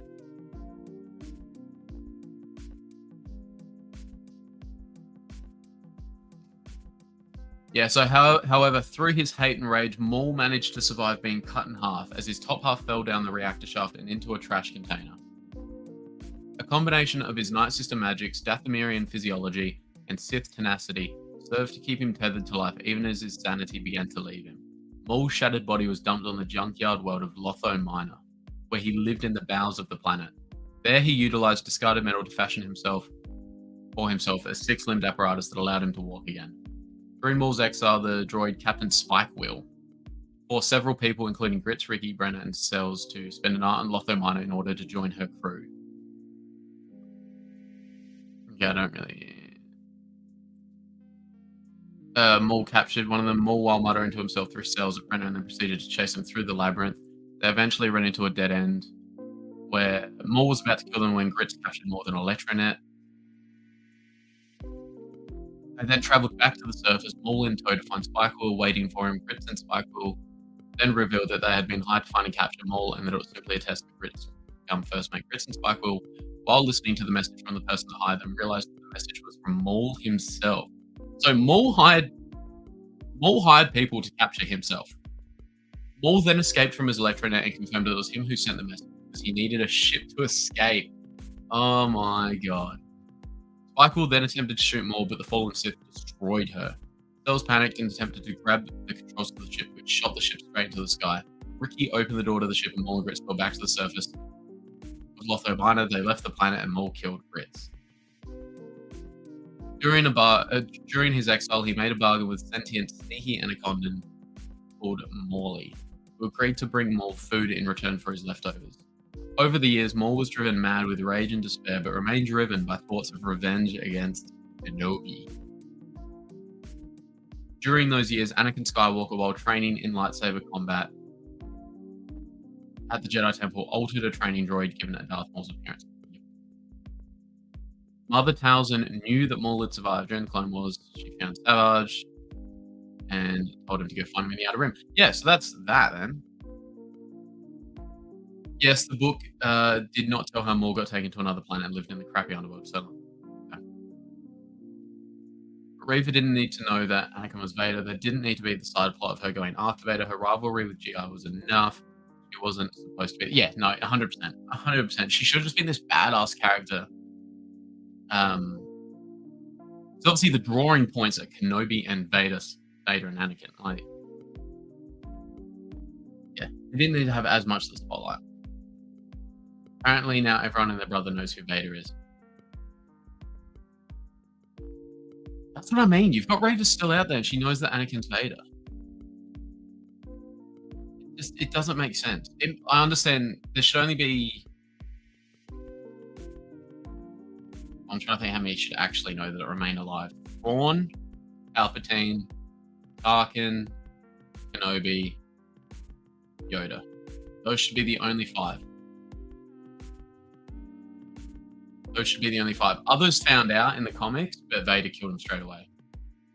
Vader killed him straight away. When I was going back over the 2015 ones last night, there was a Imperial investigator that'd been hired to sort of just like watch Vader, and I don't know how he knew, but he'd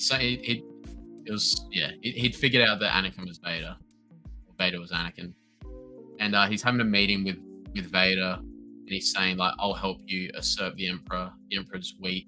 The Empire needs you." And then he finishes it off by saying, "It's been nice working with you, Anakin," and Vader just kills him straight away. Vader just kills him straight away. And always remember your cauterized. You wouldn't necessarily... Yeah, no, absolutely. The cauterizing is a thing, but I mean, you've just had your spine severed.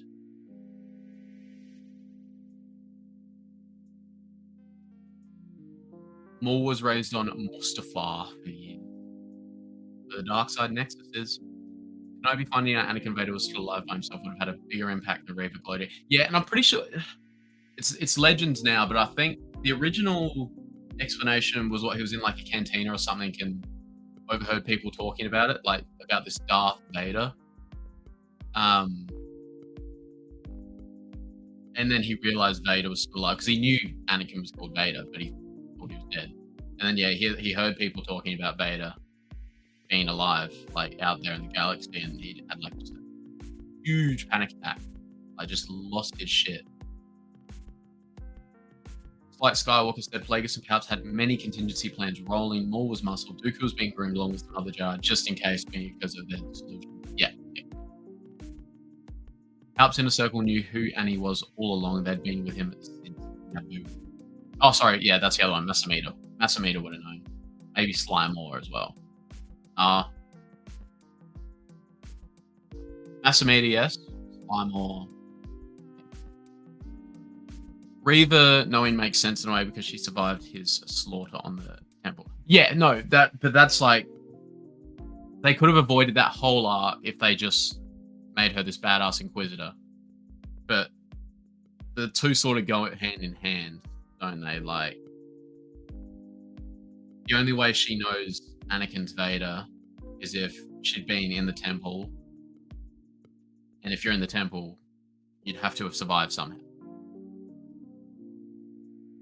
So unless they had like a similar getaway thing, like Grogu got away, but they could have just avoided all of that. They could have just avoided all of that. Yes, it's Legends now, but absolutely, I'd need a. I'm not sure if it's in the Kenobi novel or what it's actually in, but yes, no, it would be a good story for sure, for sure, for sure. Kenobi novels definitely one I want to get. So although it's Legends now, Ewan and Deborah Chow did say they read it just to sort of get an idea of where Obi-Wan was at that point, like mentally, that sort of thing. So it was a bit of an inspiration source for me.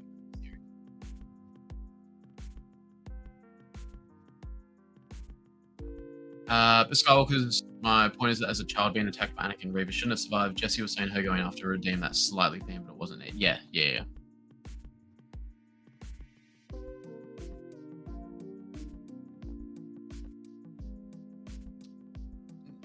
Not survive, but obviously get away is a possibility because, like, you see Grogu escape. Like, escape is a chance, especially if there's just clones there. If Anakin's there, no, absolutely not. Anakin would have killed everyone in his path. He would not have let a single person escape out of his sight. But if it's just clones going after Reva, then that gives it a bit more armor, I suppose.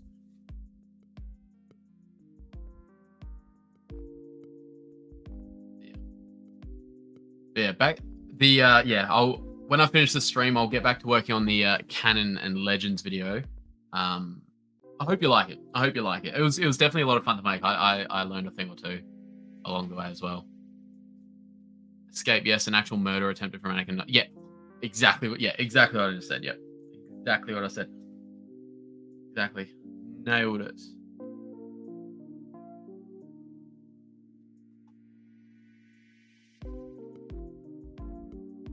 Nailed it.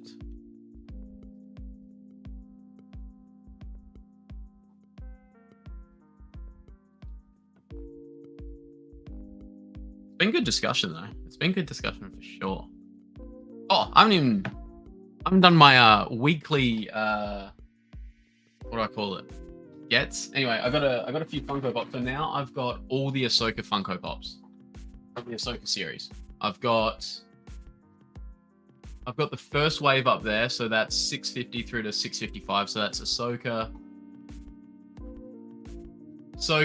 Marok, Huyang, Hera, Chopper, and Sabine. Now I've got all the second wave here. All the second wave here.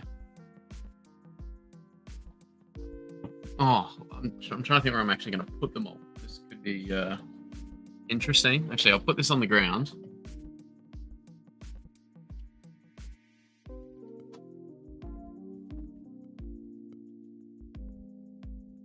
So we've got all the Ahsoka fun.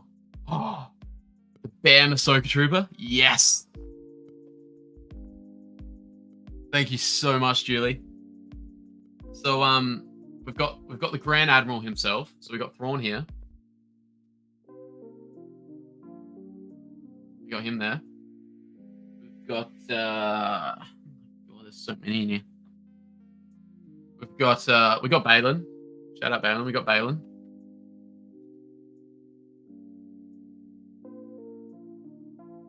We've got, these are so cool. I love these so much. Phase 1 clone. Is there a Phase 2 one coming out as well? There's a Phase 1. I swear I saw something, unless it was just a concept thing. I swear I saw a Phase 2 one. We've got one of Thrawn's Night Troopers. Oh, what's the best way to get these? We've got Morgan. Not as cool as yours, Julie. I know yours is signed, but we got Morgan there.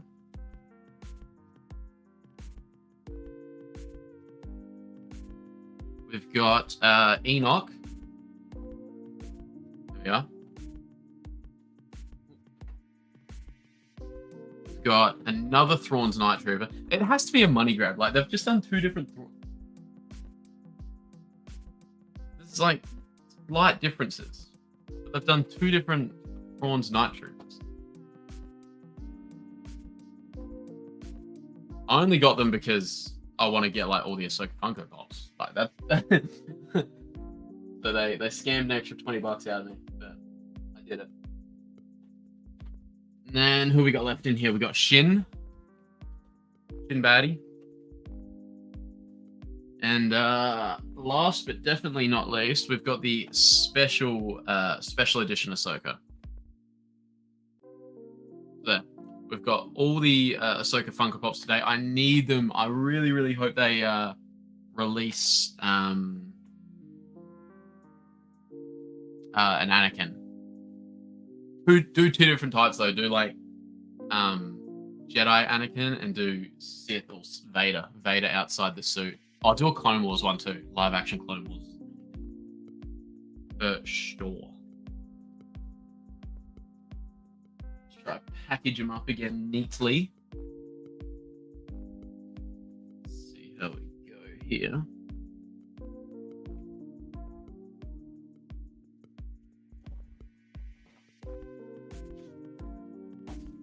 Actually, no, they've got newspaper in here. Screw it. The newspaper can come out. For now.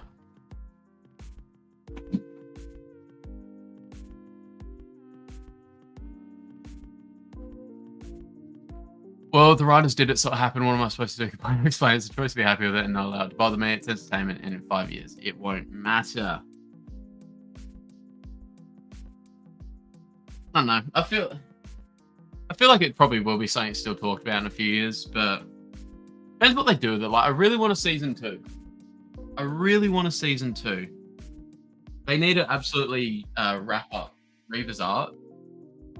And I'd love to see some bits of like Qui-Gon training Obi-Wan. I'd love to see it. Absolutely love to see it. Absolutely love to see it. And like, I know it goes against George Lucas's canon.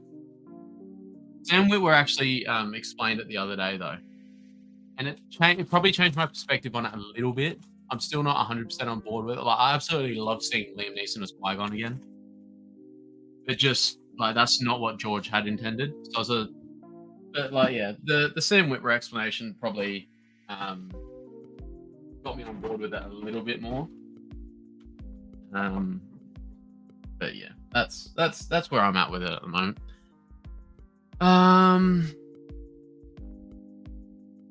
Into the vintage collection, very nice. Yeah. Funkos and like the Black Series figures, my main collectibles at the moment. But yeah, no, vintage collection looks cool. It'd just be so much to try and do. If I try to do vintage, Black Series figures, and Funko Pops, I'm already running out of room. Out of room. Yes, I need to get my hands on some, Julie. I need to get my hands on some. I got like a little space right here too where I could stack a few in that. I watched a YouTube video on them as well. Just seeing how they get put together. They look quite sturdy. Actually, because I know you've got heaps. How sturdy are they? And do they stack well? That's probably my main couple questions. Where's my chair?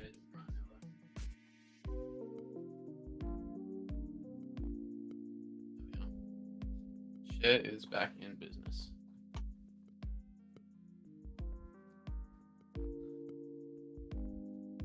They do stack well? Alright, sweet. Yeah, no, I think that's definitely something I should invest in. Yeah, I've seen you, and they look like they fit. They fit with like the plastic protectors like quite neatly as well. Like they don't make them too big, do they?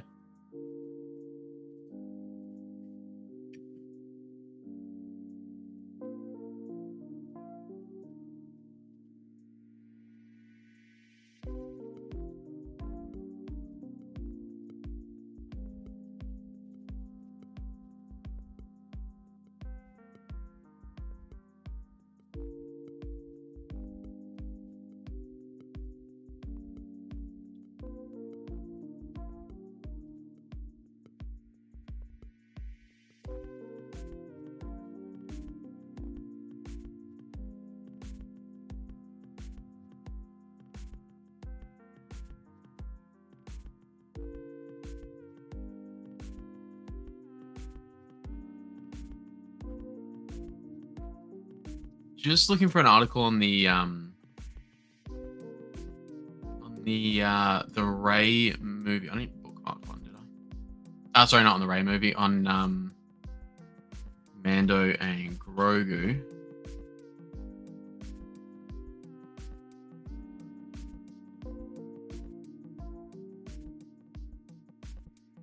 But it's coming in 2026 anyway. The Mando and Grogu movie is coming in 2026. And then there's going to be 2. Well, I have the dates written here. So yeah, Mando and Grogu movie is starting filming in June. And there's 2 movies coming out in 2026. 22nd of May and 18th of December. 26th of May, it's pretty safe to assume it's going to be the Mando and Grogu one. I don't know what the 18th of December one's going to be. It could be the Ray movie. But there hasn't been like a lot done on production yet. Like they're still waiting on a script, I think.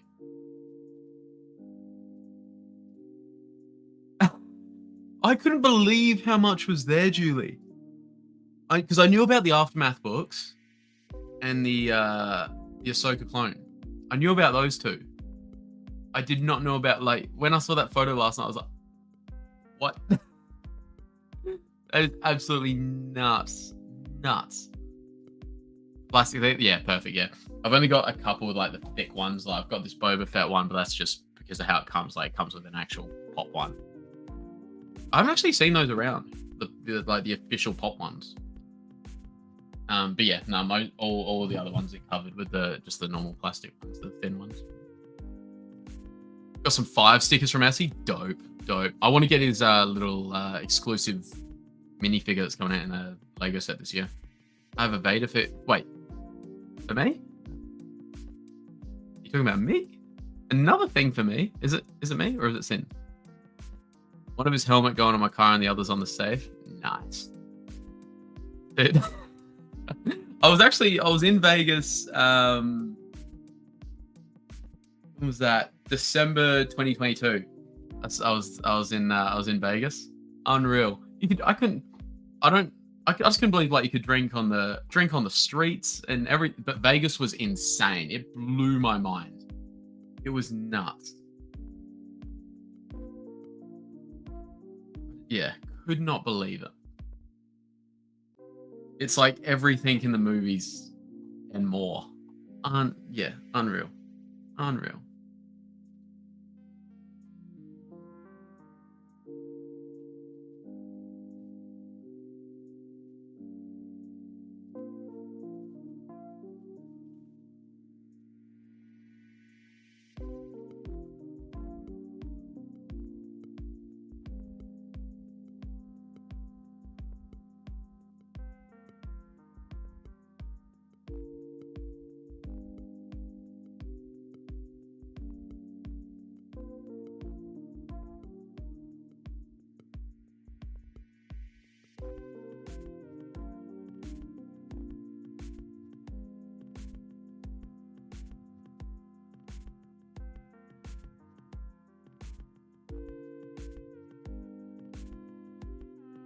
People still don't understand why Leia knew what her mother looked like and Luke couldn't. We'll still be talking about things for years until we either accept it or let it go. I hope we don't fight about it. Yeah, no, and like they're good discussion points, absolutely. It's just like how you have the discussion, I suppose. I always like to keep it very respectful, don't have to abuse people and things like that. Like I want people to have different opinions because then that's how you have like conversation. You might even learn something. But yeah, no, I know what you mean. Jesse living like some life knowledge on you anyway can be seen. Look, you're not wrong. You're not wrong.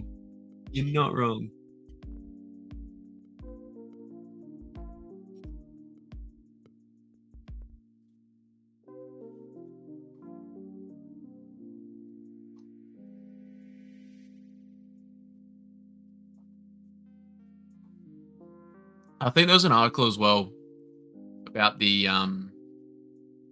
Mando movie. Pedro will be back in the suit as well. That's cool. The only the question I've still got though is they haven't really given us much with is season 4 still happening, or is the movie going to be season 4? Because there's been so much discourse about it, but no actual like solution. There's been no answer. So yeah, hopefully that's something they can answer soon.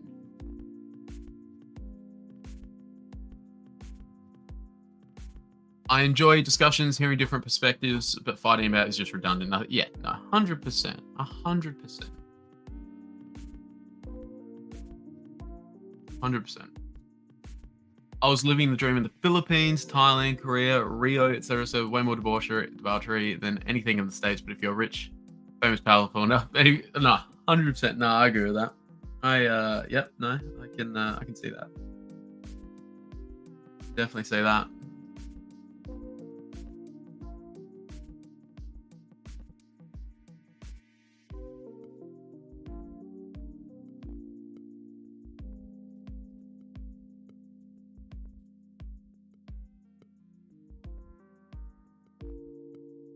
Oh, just wait. I'm just going to read this Empire Online article.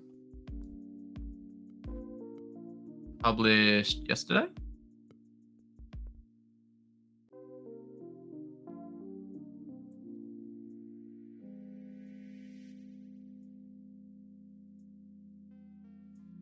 So they're just talking about here. This is Ian McDermott just talking about the Force Lightning scene with Windu. While the earlier prequels involved much politicking, he got to revel in an all-out evil by Episode 3, Revenge of the Sith. George kept hyping me up on that. He remembers the scene. He remembers of the scene in which he attacked Samuel L. Jackson's Mace Windu. I was screaming absolute power. I said, that was more of an Arnold voice, wasn't it? Do you want me to do some quiet ones because this is a bit much? George said, no, go further, go further. So I did, and he seems to have kept most of it. There is no holding back there. It's one of many lines that fans still request from the actor today. The one that they like the most of all is, do it. People just love it, he says. It's official. The dark side is more fun.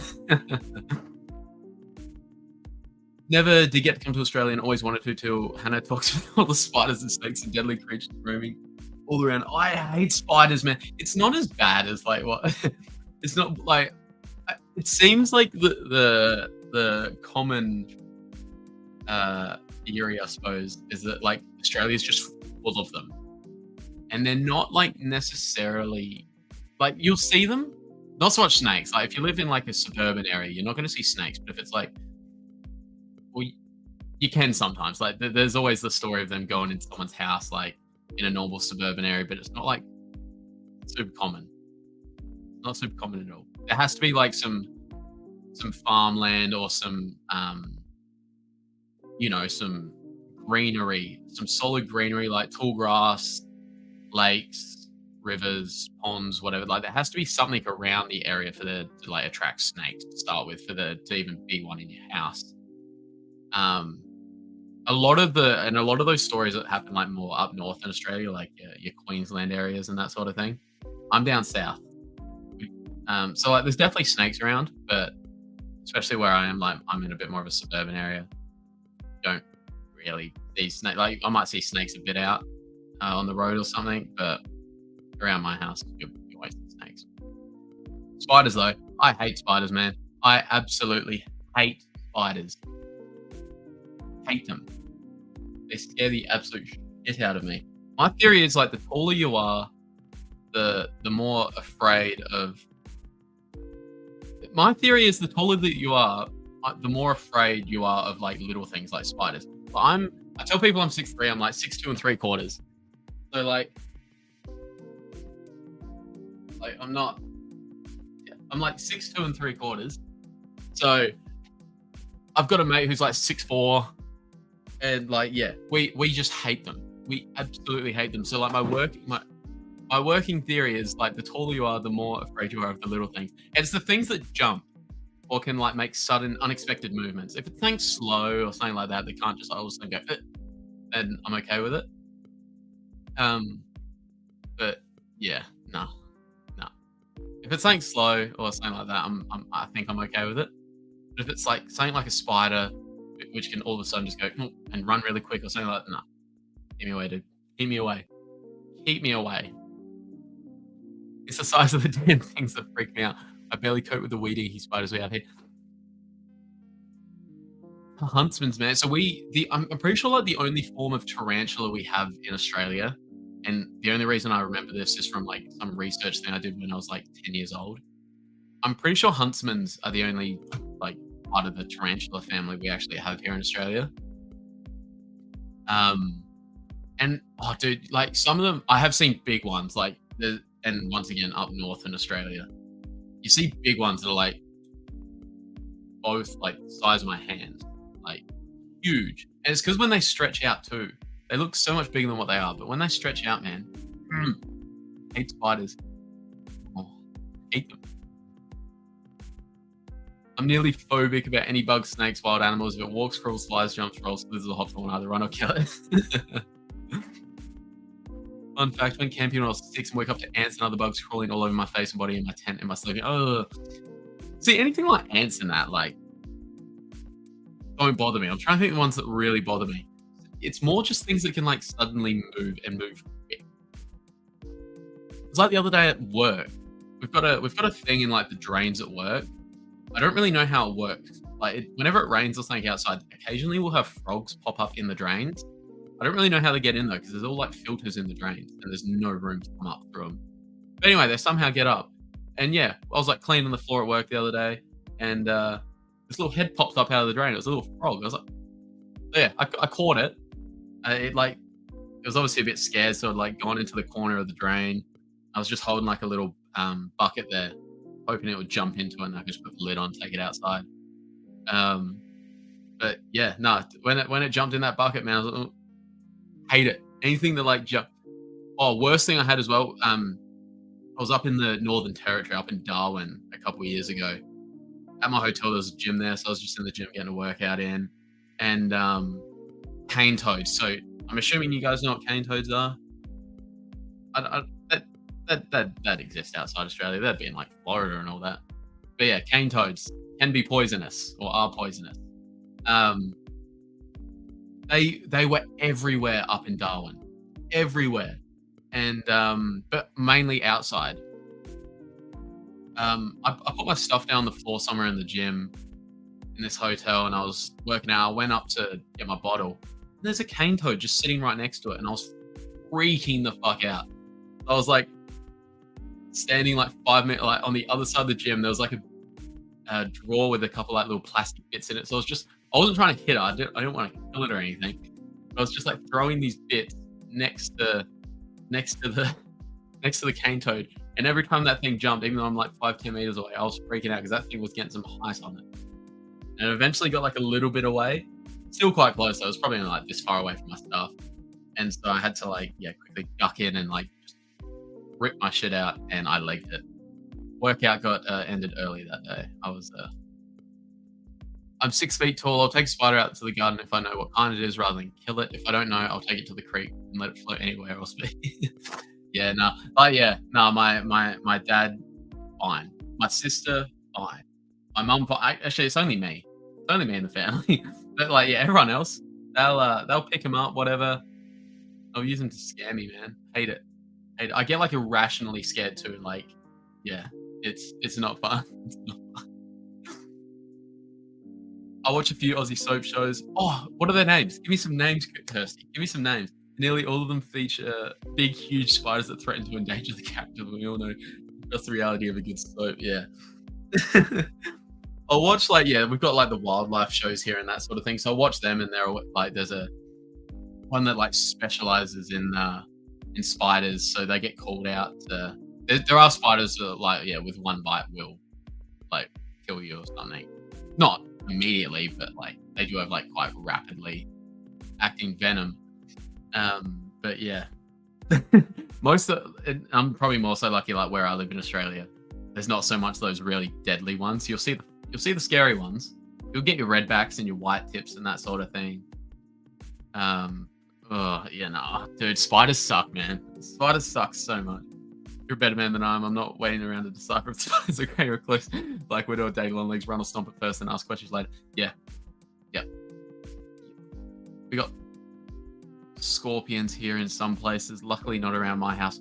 Yeah, see, scorpions aren't super common where I am either. I have seen one once. But But yeah, that's like in all my years being alive. I've only ever seen one. Oh no, all good, Julie. All good, Julie. All good. Hopefully she's doing well. Sounds like she is. She's good, making friends, applying for other positions to go higher. Home and Away and Neighbours are oh my god. No way. Do you guys get that in Scotland, or do you watch them online? I need to talk about this more. No, wait, sorry. Are you Scottish? I feel like I've seen you say Scotland. Is it Scotland? I feel like I've seen you say Scotland in Hannah's Discord. It is Scotland, isn't it? I feel like I'm about to get stabbed. Now I'm nervously waiting, Kirsty, saying if it's Scotland or not. I feel like I've seen you say Scotland. It's probably going to be Ireland and I'm about to get stabbed. I swear I've seen Kirsty say Scotland before. Yes, right. Okay, good. I can read sigh of relief. So you guys get Home and Away there, and Neighbours. So Neighbours. Oh, dude, I'm gonna like nerd out, or not nerd out, but it's just cool seeing you guys get Aussie shows over there. So yeah, Neighbours. I'm trying to think. Yeah, does it still air over there, or because Neighbours finished? Neighbours went for a long time, and that was where like some big movie stars got their start. Like Margot Robbie, she was in Neighbours. That ended 2 years ago, I want to say. 2 years ago, I want to say. But Home and Away is still going. Home and Away has been going for like long before I was born. Long before I was born.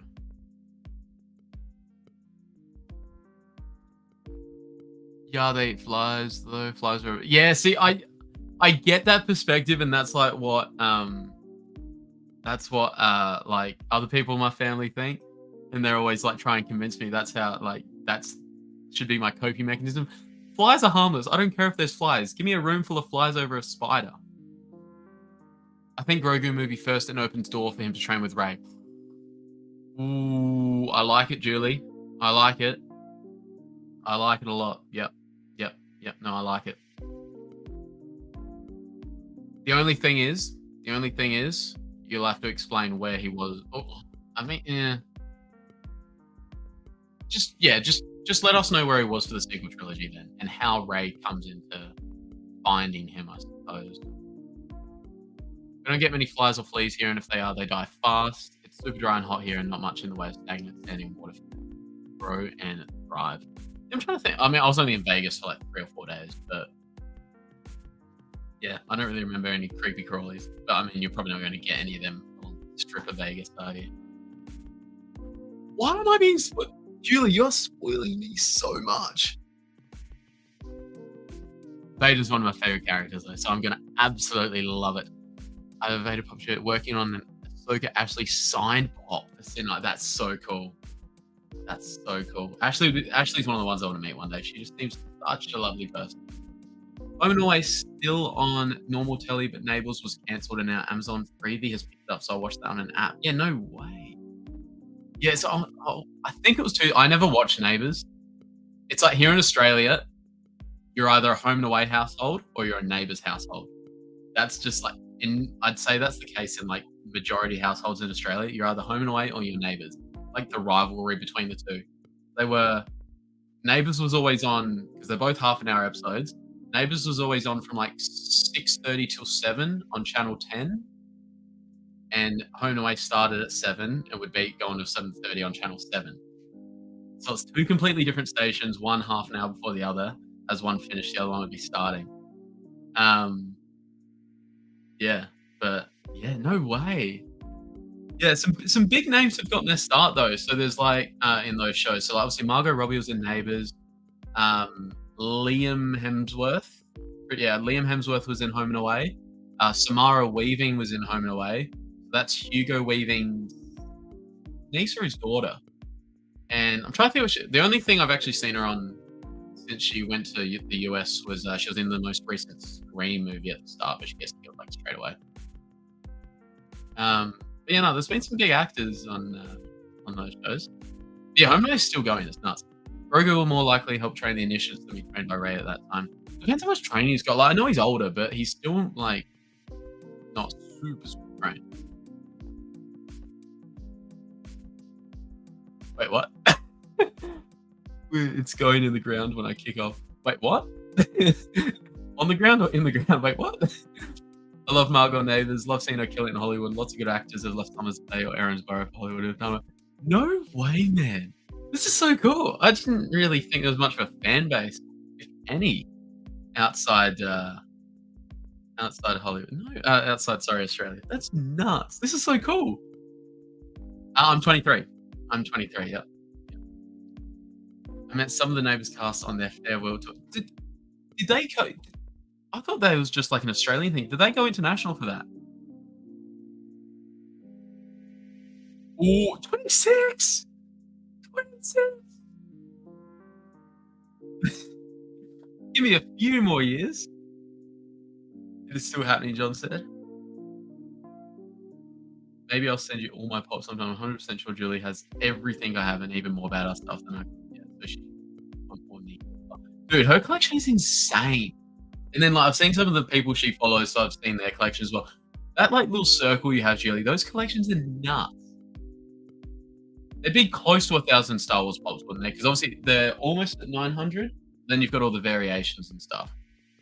It'd have to be almost 1,000, if not 1,000 already. Rain Jedi for 800 years I have.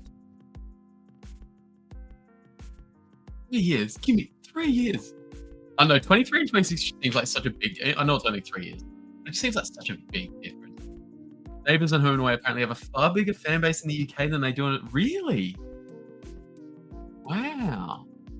I wasn't even like aware it was shown over there. What time's it on? And is it on like a main channel or is it just on like a different channel? Margot Robbie is smoking. I saw a recent article where American guys rated her as thought, oh, not that great. Wait, what? Oh, actually, I feel like I reckon I saw that. That rings a bell. I reckon I saw that, and they just got like laughed out of the room. Not literally the room, but like on all the social media articles. Dude, Margot Robbie is insane. What's the movie she's in with Will Smith? The movie she's in with Will Smith I absolutely love. The title is just escaping me at the moment though. Obviously she's Harley Quinn, that she does an unreal job there. Haven't seen Wolf of Wall Street. Oh, what's the movie called? Focus, that's it. But it's pretty just them, scamming a bunch of people. But it's awesome.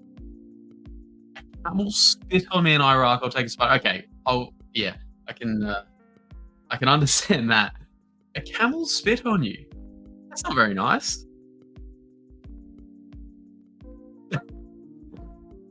Oh yeah, no, dude. Margot Robbie is gorgeous, man. Unreal. Yeah, I don't understand that take. I mean, everyone's got different types, but I would have thought Margot Robbie is one of those ones that's just like universally unreal.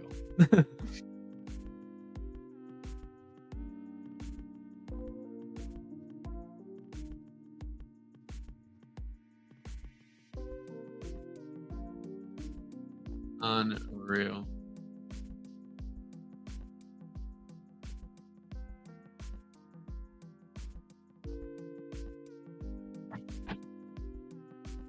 I think they did that poll in the boys and girls. Okay, if that was the case, then yeah. Good answers. Smart answers. Good answers. But yeah, no, I just would have thought, Margot Robbie's just one of those universally recognized gorgeous women. What's so Andor's obviously finished filming now.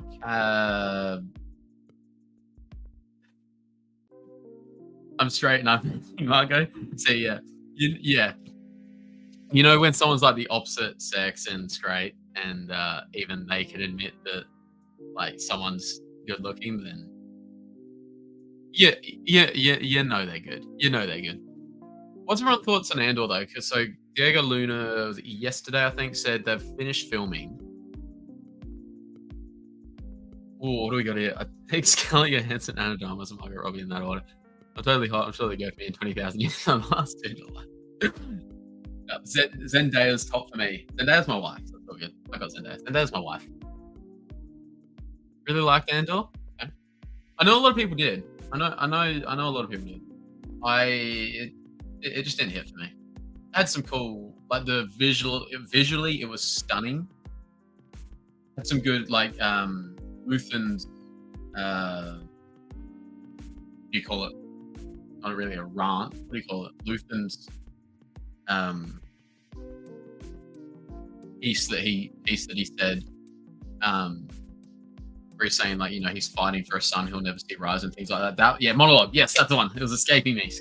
Luthen's monologue was insane. Like it did have some good moments, but for the most part, I don't know, man. It just felt like a drag to me. I would not have kept watching it if it didn't have the Star Wars label on it.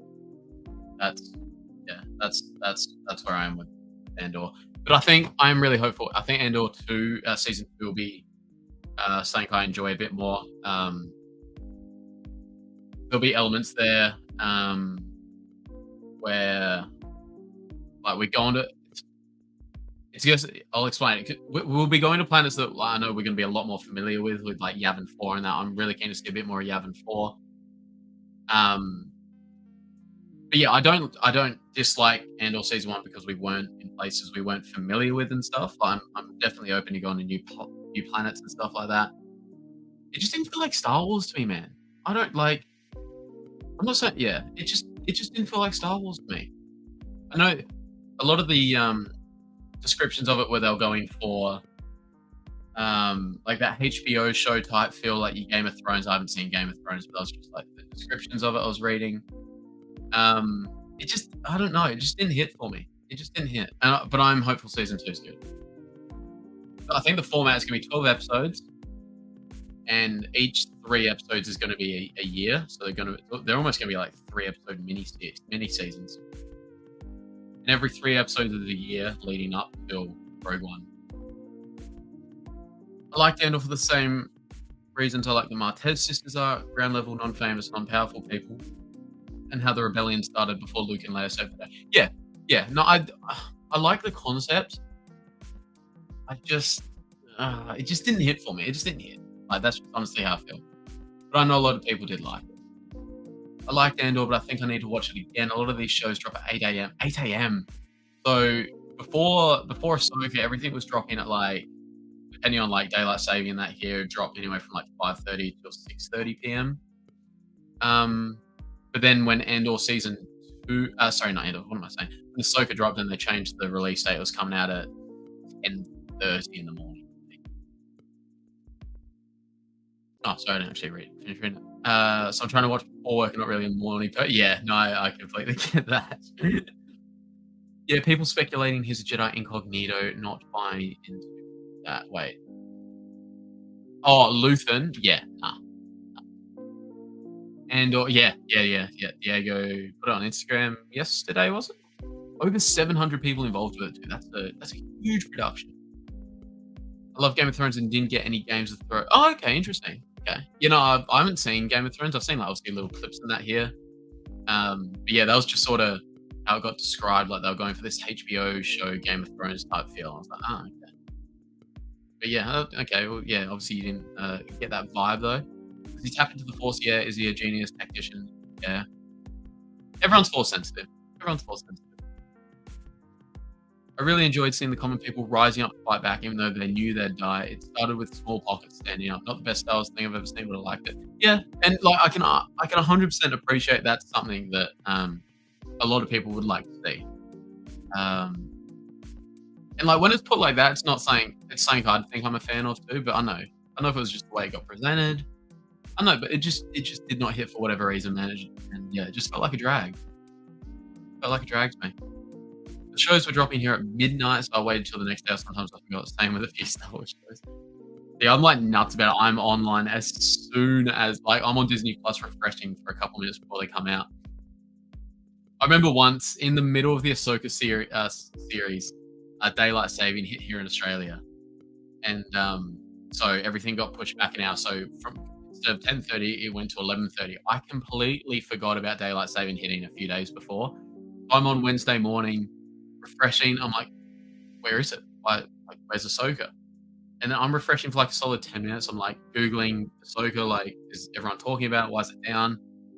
And then I was like, oh, I gotta wait another hour. So that was good fun. Well done, Jesse. I don't mess with bugs, period. Ever since this soldier got whacked in the forehead by some ungodly bug and the stinger got stuck in the Oh my. Yeah, and I'm sure it sounds like in Iraq and the Middle East, I'm guessing like there are some crazy bugs over there, like you wouldn't even seen or comprehend. Yeah, that's nuts. That's not. Was it like a bee or a wasp type thing, but like of gigantic proportions, or was it just like something completely different? That's crazy though. I was doing that with Mando, but then I got the season 2 finale spoiled for me. Yeah, nah, see, I can't put up spoilers. I'm not when the initial release dates when stuff was coming out. Like the first couple seasons of Mando, I was like finished work before stuff came out.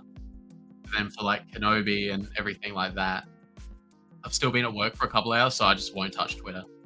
But then they've changed the release time, to like 10:30 in the morning before I start work. So, yeah, hopefully they keep it the same. But I got to see it straight away. Like I hate waiting. I hate waiting for Star Wars stuff. Got to see it straight away.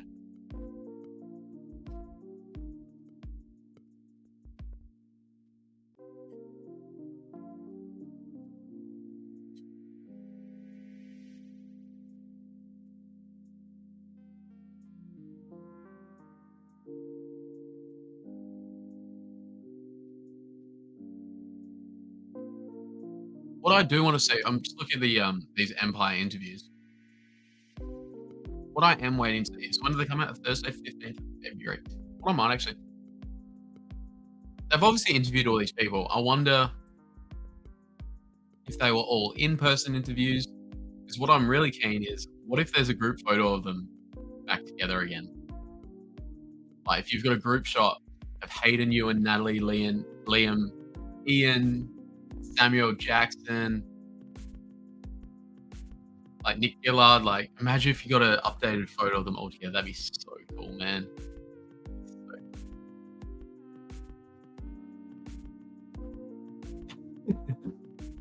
Is it late over there now, Sin? Is it late over there now? I know it's late, but how late is it?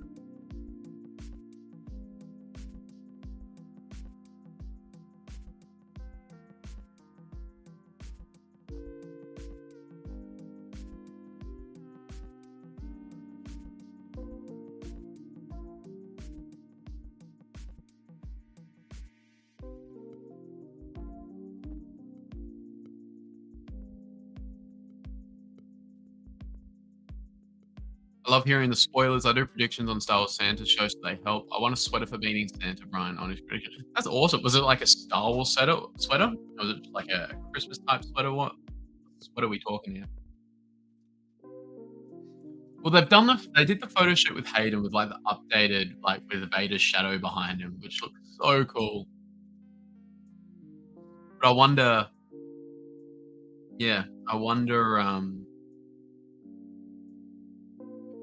they might have only interviewed him like solo or a couple together at a time, because they might, be in all different locations or something. They got them all together. That would be so cool. Only 7:35. Okay, that's cool.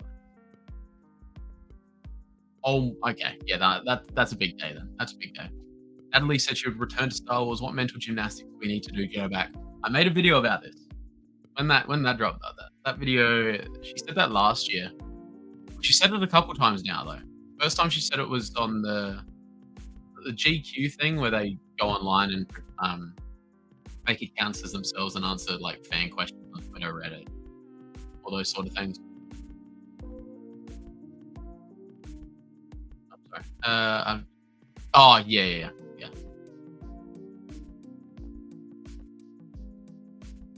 But I made a video on this because there's like we could get flashback scenes, but what I really want to see, and Hayden said he wants to do it as well, is the Vader series, because he's always thinking about her. Vader's always thinking about her.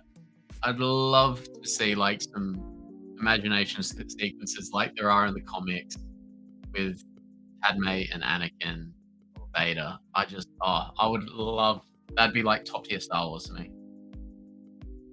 I would absolutely love that.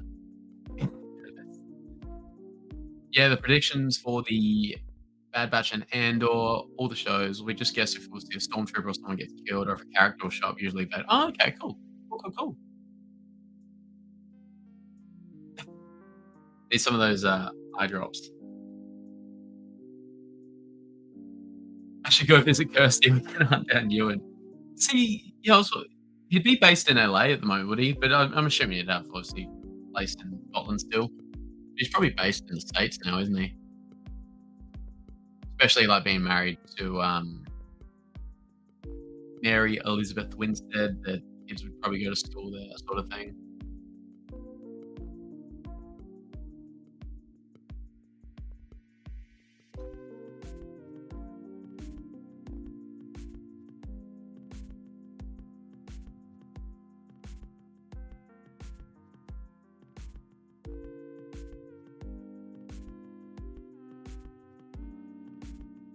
That'd be a cool photo op, wouldn't it? Obi-Wan and Hera.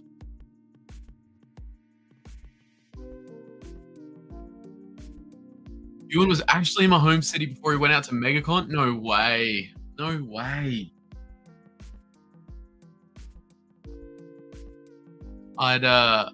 Dude, yeah, no, he's like top tier. Actually, when you met him at Celebration, was that the London one, I'm assuming? Did he like, yeah, did he say anything? Because obviously he would have heard the Scottish accent, I'm assuming. Did he say anything?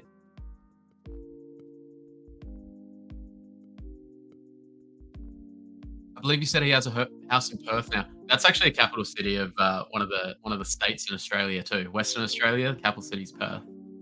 It's about a 40-minute drive from me. Wow, okay.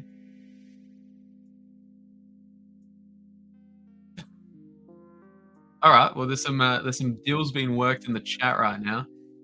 Saw Mary in a oh god, dude. There's so many iconic films I haven't seen. Die Hard. Die Hard's another one. Even though when I was in LA, we went straight past Nakatomi Plaza.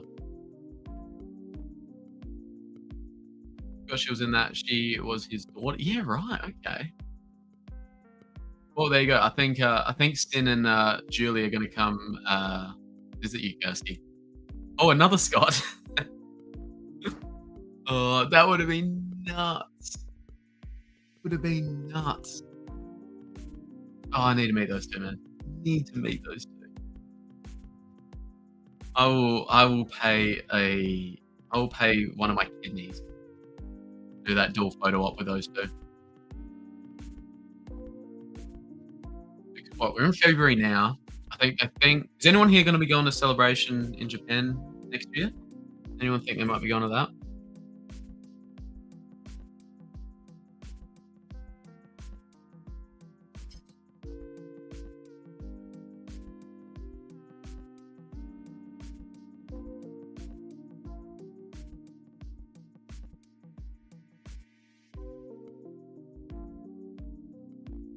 Oh, yeah. I know it's a bit further away for like you guys out in the States.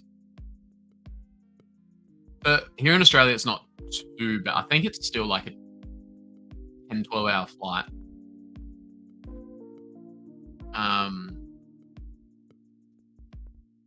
But yeah, I don't think it's too bad.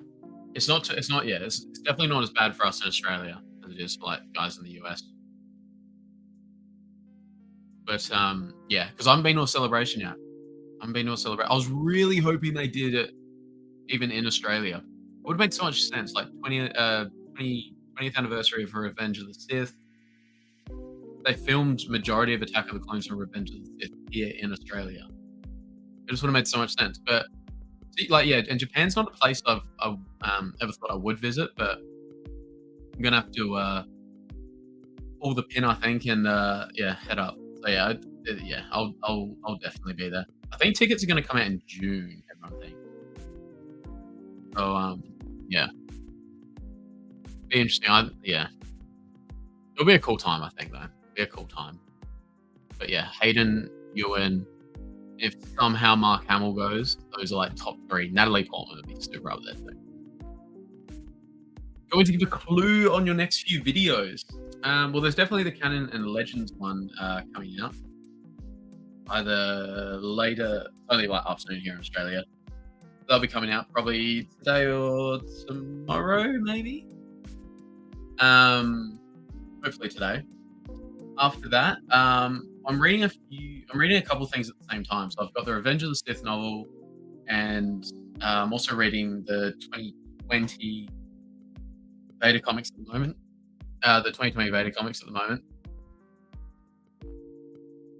They're quite interesting. They're not the same vibe as the first two, because in those first two, Vader's still quite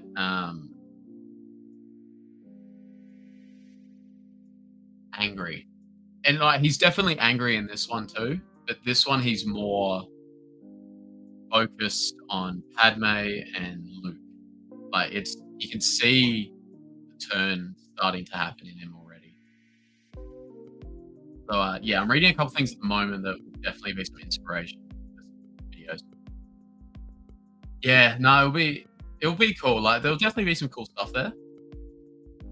Ready about a mini con in Birmingham this year that has a few of the Ahsoka cast and a couple from Mando. That's cool. Who's going? See, here in Australia, at least there you get a few. Here in Australia, we get one at a time. Like cons in Australia, just like are dead. We've gotten a couple good ones though. We got Emily Swallow last year, who was awesome. Then she came back later in the year in a couple different states. Then she came back with Kate Fletcher, who plays as Vizsla. And then I know Giancarlo Esposito, Moff Gideon, is coming to. Hasn't been announced to my state yet, but he's gone to a couple others in April, I think. Yeah, hopefully he comes to my state too. I'd love to be. Moff Gideon would be cool. I can't swim. Most heartbreaking line after rallying ever. I know, he gets to the final point and he can't make it. He can't go. It was a great character though. Andy Serkis did do an unreal job with that character.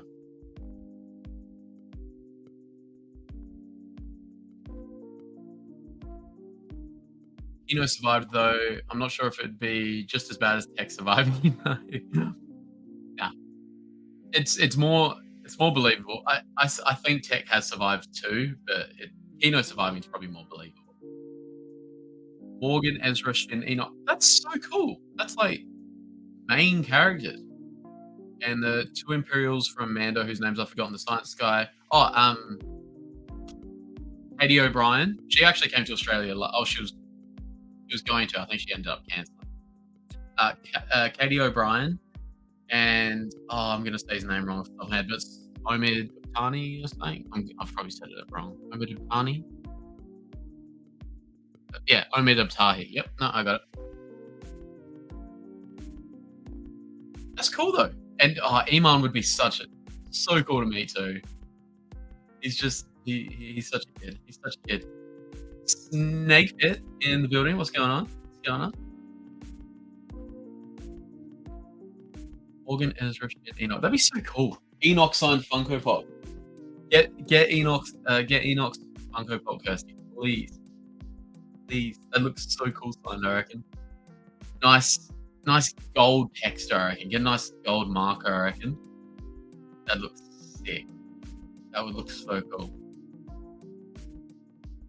Enoch's what the future of his character is. What the future of Enoch's character. I've been streaming for 2.5 hours. It goes so quick.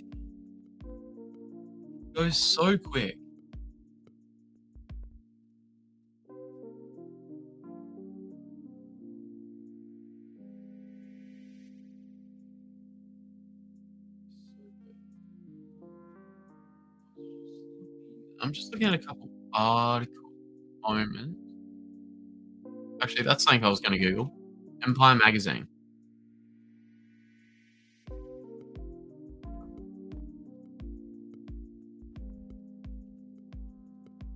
Do we get it here in Australia?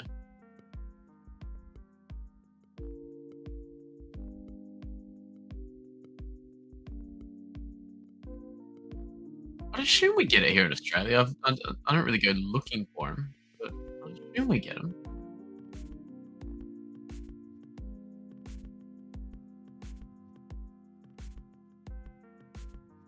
Yeah, yeah, it sounds like we do.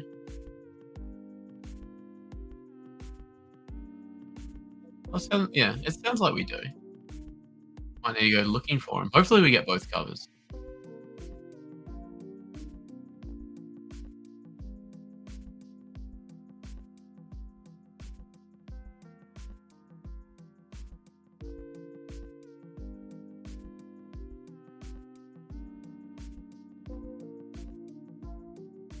Hopefully we get both covers. I really want that Sith one. That Sith cover looks unreal.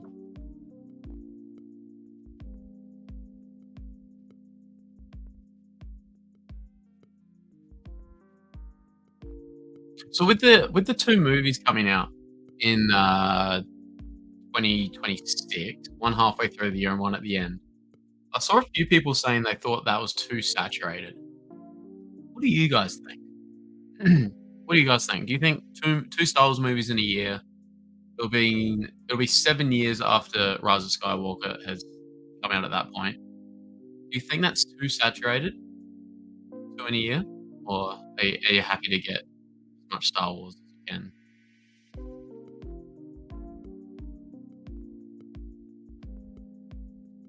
John Williams began recording the score for The Phantom Menace on this day 25 years ago.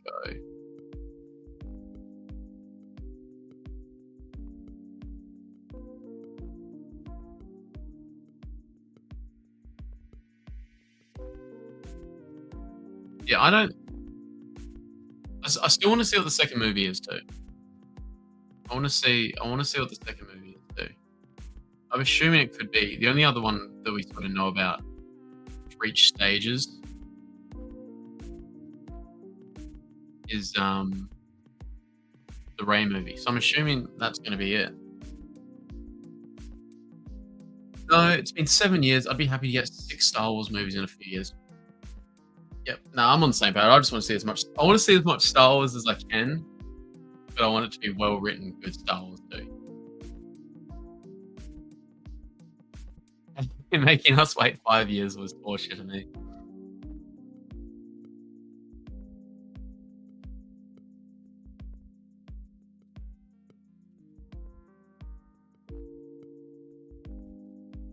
I think their thoughts are everyone loves Mando and Grogu. Let's get them hyped, and hopefully they'll be more open to Ray. Possibly, yeah, no, absolutely. Especially for I think Julie theorized it might lead into it, perhaps. Obviously, there's a huge timeline difference, but it might start the journey of Grogu going to join her if that is the direction they choose to take. I think their best chance at having something everyone can get behind is by jumping way ahead in the future where it's all new and no lore, canon, etc. can't piss anyone off. Yes, but at the same time, because I know my immediate feelings towards that are like, I'm not going to care. But I'm just so fixated on Skywalker Saga stuff. Like, I want Skywalker Saga stuff. I know a bunch of other fans are like super happy about it and would probably get right behind it. But it's a constant like double-edged sword sort of thing there. Like, yes, got this clean slate to work off, but are people going to be interested in it?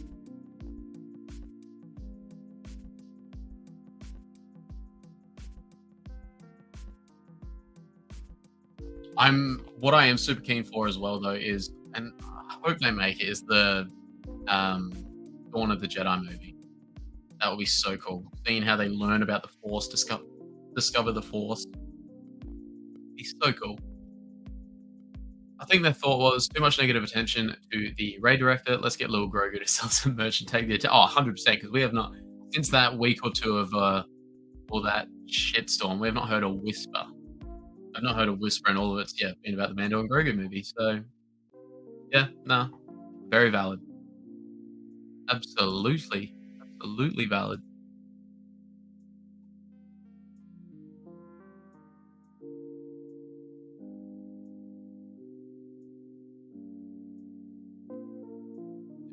I'd agree with that. Agree with that.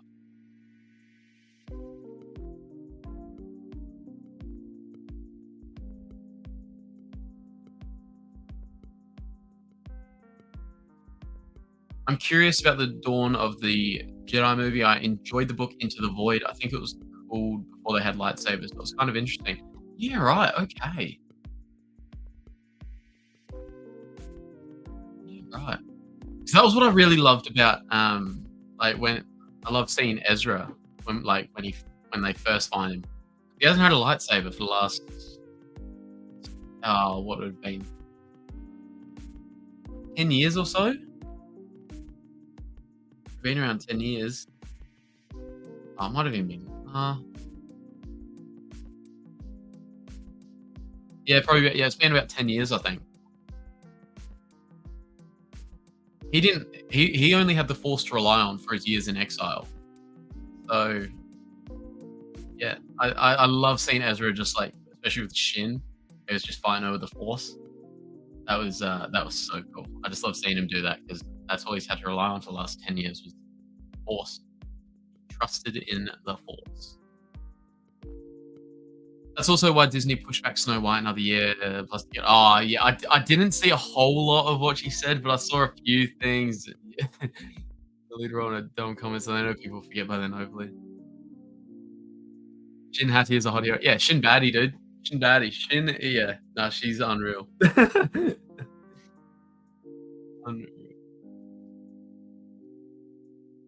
Yes.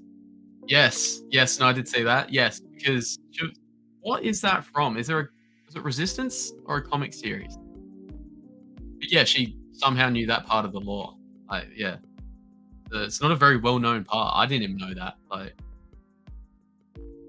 Poe's mum. Such a niche role, isn't it? Poe Dameron's mum. Not like Anakin's mum or anything. Comic series, yeah. What is even the comic series?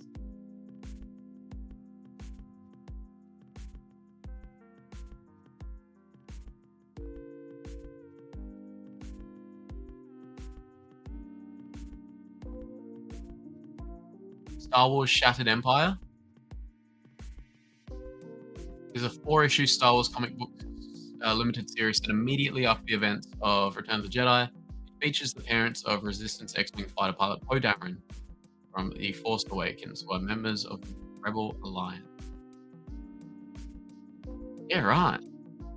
The Shattered Empire series features Poe's parents, members of the Rebel Alliance. His mother is Shara Bay, an A-Wing pilot who adventures with Leia. That's kind of cool. Adds to a little bit of the dynamic between Poe and Leia.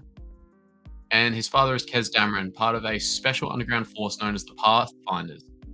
They're led by Han Solo. Wow. So, yeah, they both worked with Leia and Han. You're right. I don't understand why people are so offended. I'm offended that they're offended. I also didn't follow that closely after. Didn't care much to hear. Yeah, no, I didn't really pay much attention to it. That was totally fair. No way she'd know that stuff herself. I'd like to give benefit of the doubt. And, she might know. She might have read it somehow. But it's such a niche comic book series. Like, I haven't even read it. I'd barely heard of it. It's just so niche, isn't it? Hey, you never know. You never know.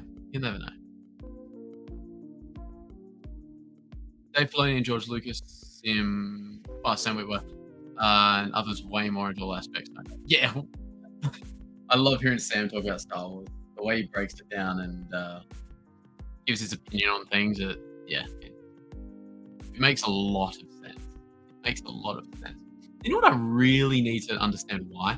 What the hell is Red Force Lightning? What the hell is it? We haven't really had an explanation for it. I've heard him talk about it. There's never really been an explanation. What is Red Force Lightning? Where the hell does it come from? Like, is it more powerful? Like, what is it? Red Force Lightning, that's just nuts.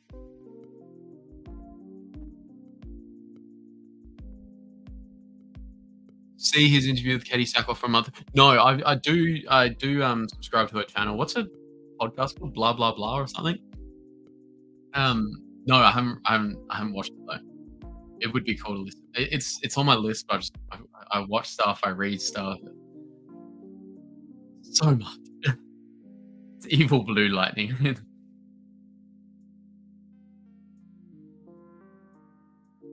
The light side Jedi form, Plo Koon or Kit Fisto is no. I'm talking about the stuff that like the Sun used, like the red Force lightning, like, and he's like the embodiment of the Sith. Because like Sam's like acknowledged it before and talked about it, but there's just been like no explanation for it. Like, what does it mean? Like, what, what is it? Is it more powerful? Like,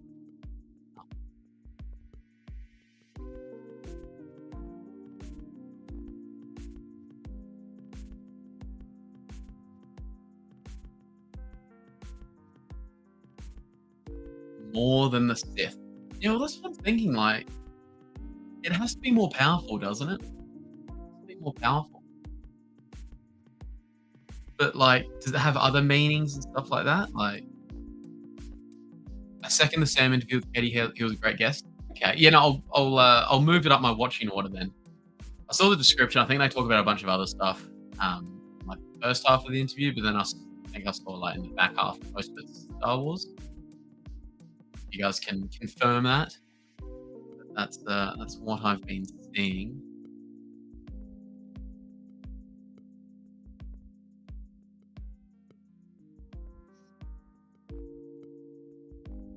Oh, okay, I just saw a thing about Sneeze. Maybe not. I just saw a thing a month or so ago about there being some type of light side Jedi lightning to make. Oh, okay, yeah, make people tell the truth or some weirdo explanation. Making people tell the truth. That scene in Clone Wars, we've got Mace, Obi-Wan, Anakin trying to use the mind trick on Cad Bane to get the holocron. That gives me chills, man. That was so cool. Will tell us where the holocron is. I think it said Plo Koon was the only or most famous practitioner with the lightning. That'd be a question for Dave Filoni because he is a Plo Koon stan. But look, I think it rings a bell.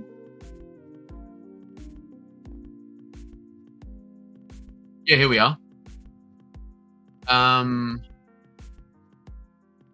So Darth Plagueis says, this is all legends, by the way. But Darth Plagueis says a Jedi sufficiently strong in the Force can be trained to produce a facsimile, but not true Sith lightning. So it's called Electric Judgment, but also known as Emerald Lightning or Fingertip Lightning. I thought Fingertip Lightning would be Palpatine's like that. Typing on the keyboard. Okay, let's go. Got a few things we want to finish the paperwork. Yes, you have been reading some books this weekend, haven't you? Thank you so much, Julie. Thank you so much for dropping by. I'll end the stream soon anyway. I just want to have a quick look at this Electric Judgment. So Electric Judgment, also known as Emerald Lightning, was a light side force technique used to spray electric bolts, of variable intensity from the hands and fingers. At one time, it was classified as a forbidden force power within the Jedi Order. However, some Jedi, such as Plo Koon, Luke Skywalker, and Jason Solo, practiced it. Yeah, this is all just legend stuff, but it is a cool concept. Electric Judgment, also known as Emerald Lightning, was a force power used by the Jedi to spray electric bolts of variable intensity from the hands and fingers. It manifested as yellow, orange, green, white, or golden lightning instead of blue, but otherwise it was very similar in both appearance and usage to the dark side force power known as Force Lightning. One common difference between the Jedi's use of Electric Judgment and the Sith use of Force Lightning was that the Jedi's application came from a sense of determined justice. However, on at least one occasion, this light side power was channeled using a Jedi's anger. Like Force Lightning, it had to be channeled through living flesh and could be used lethally. But often it was used to stun or knock opponents unconscious.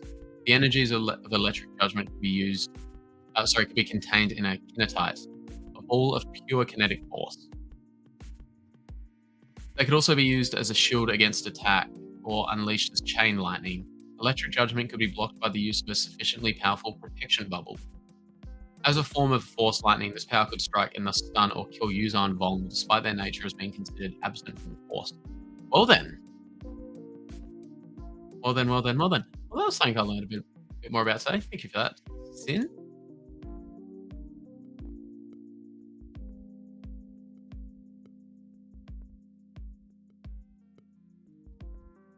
Where are we? Okay, Julie, be good and take care. Busy week for me. Starting at 4 a.m. Yes, go get your sleep. I'm about to end the stream anyway. Just getting a bit of a copy. Oh, are we talking about the Empire magazine stuff? I will. I'll keep my eyes out. I'm assuming we'll get it a bit later anyway. Longer to ship to the US than it would be to Australia. But I'll keep an eye out. But no, thank you very much for the offer, Julie. Thank you very much. Yeah, no, I'll probably end the stream here too, guys. We've been going for just over 2 hours 45. Yes, everyone stay safe. Hopefully, I'll see everyone here back in a week's time. I'll keep the schedule consistent. Hopefully Isaac can join us. He'll have a busy year this year with last year of school and extra commitments, work, that sort of thing. I just work Monday to Friday, so I've always got weekends free. So yeah, I'll always be here Sunday 11 around a similar time. Well, Sunday for me, Sunday night for you guys. But yeah, and then hopefully Isaac can join us next week. We'll see what his schedule looks like. Yes, everyone stay safe, stay healthy, please. Oh, popping them out like a trailer park worker with 8 kids near isn't it? Oh, that is the perfect note to end on. Thank you so much for coming, guys. I'll be doing my daily shorts. A long form video will be coming out as well, either today or tomorrow. Keep your eyes out for that. Oh yes, Super Bowl tomorrow. Yes, Super Bowl tomorrow. Who have we got? Who's winning? Yeah, it's Monday here for us, so I know a lot of people here take the day off. A lot of people here will take the Monday off work. May the force be with you all. Yes. Last, just to finish off with, who has everyone got winning? Who has everyone got winning?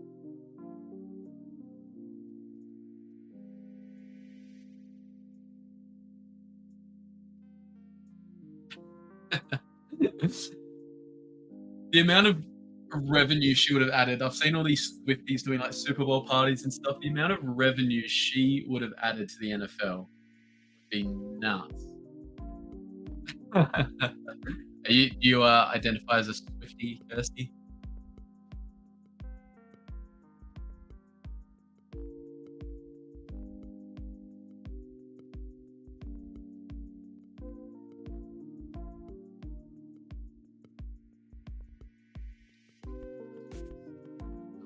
No.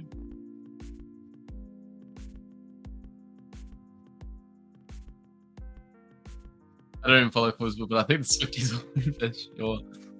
What's that Travis Kelce's name? I like how much it bugs everyone. I'm probably just like I'm just a bystander, honestly. I'm just a bystander. Yeah, no, thank you so much, everyone, for jumping in this week. Keep an eye out for all the daily shorts, long form video or two to come this week, and I'll see you guys soon about the same time next weekend. So stay safe, stay healthy, all you guys, and may the force be with you.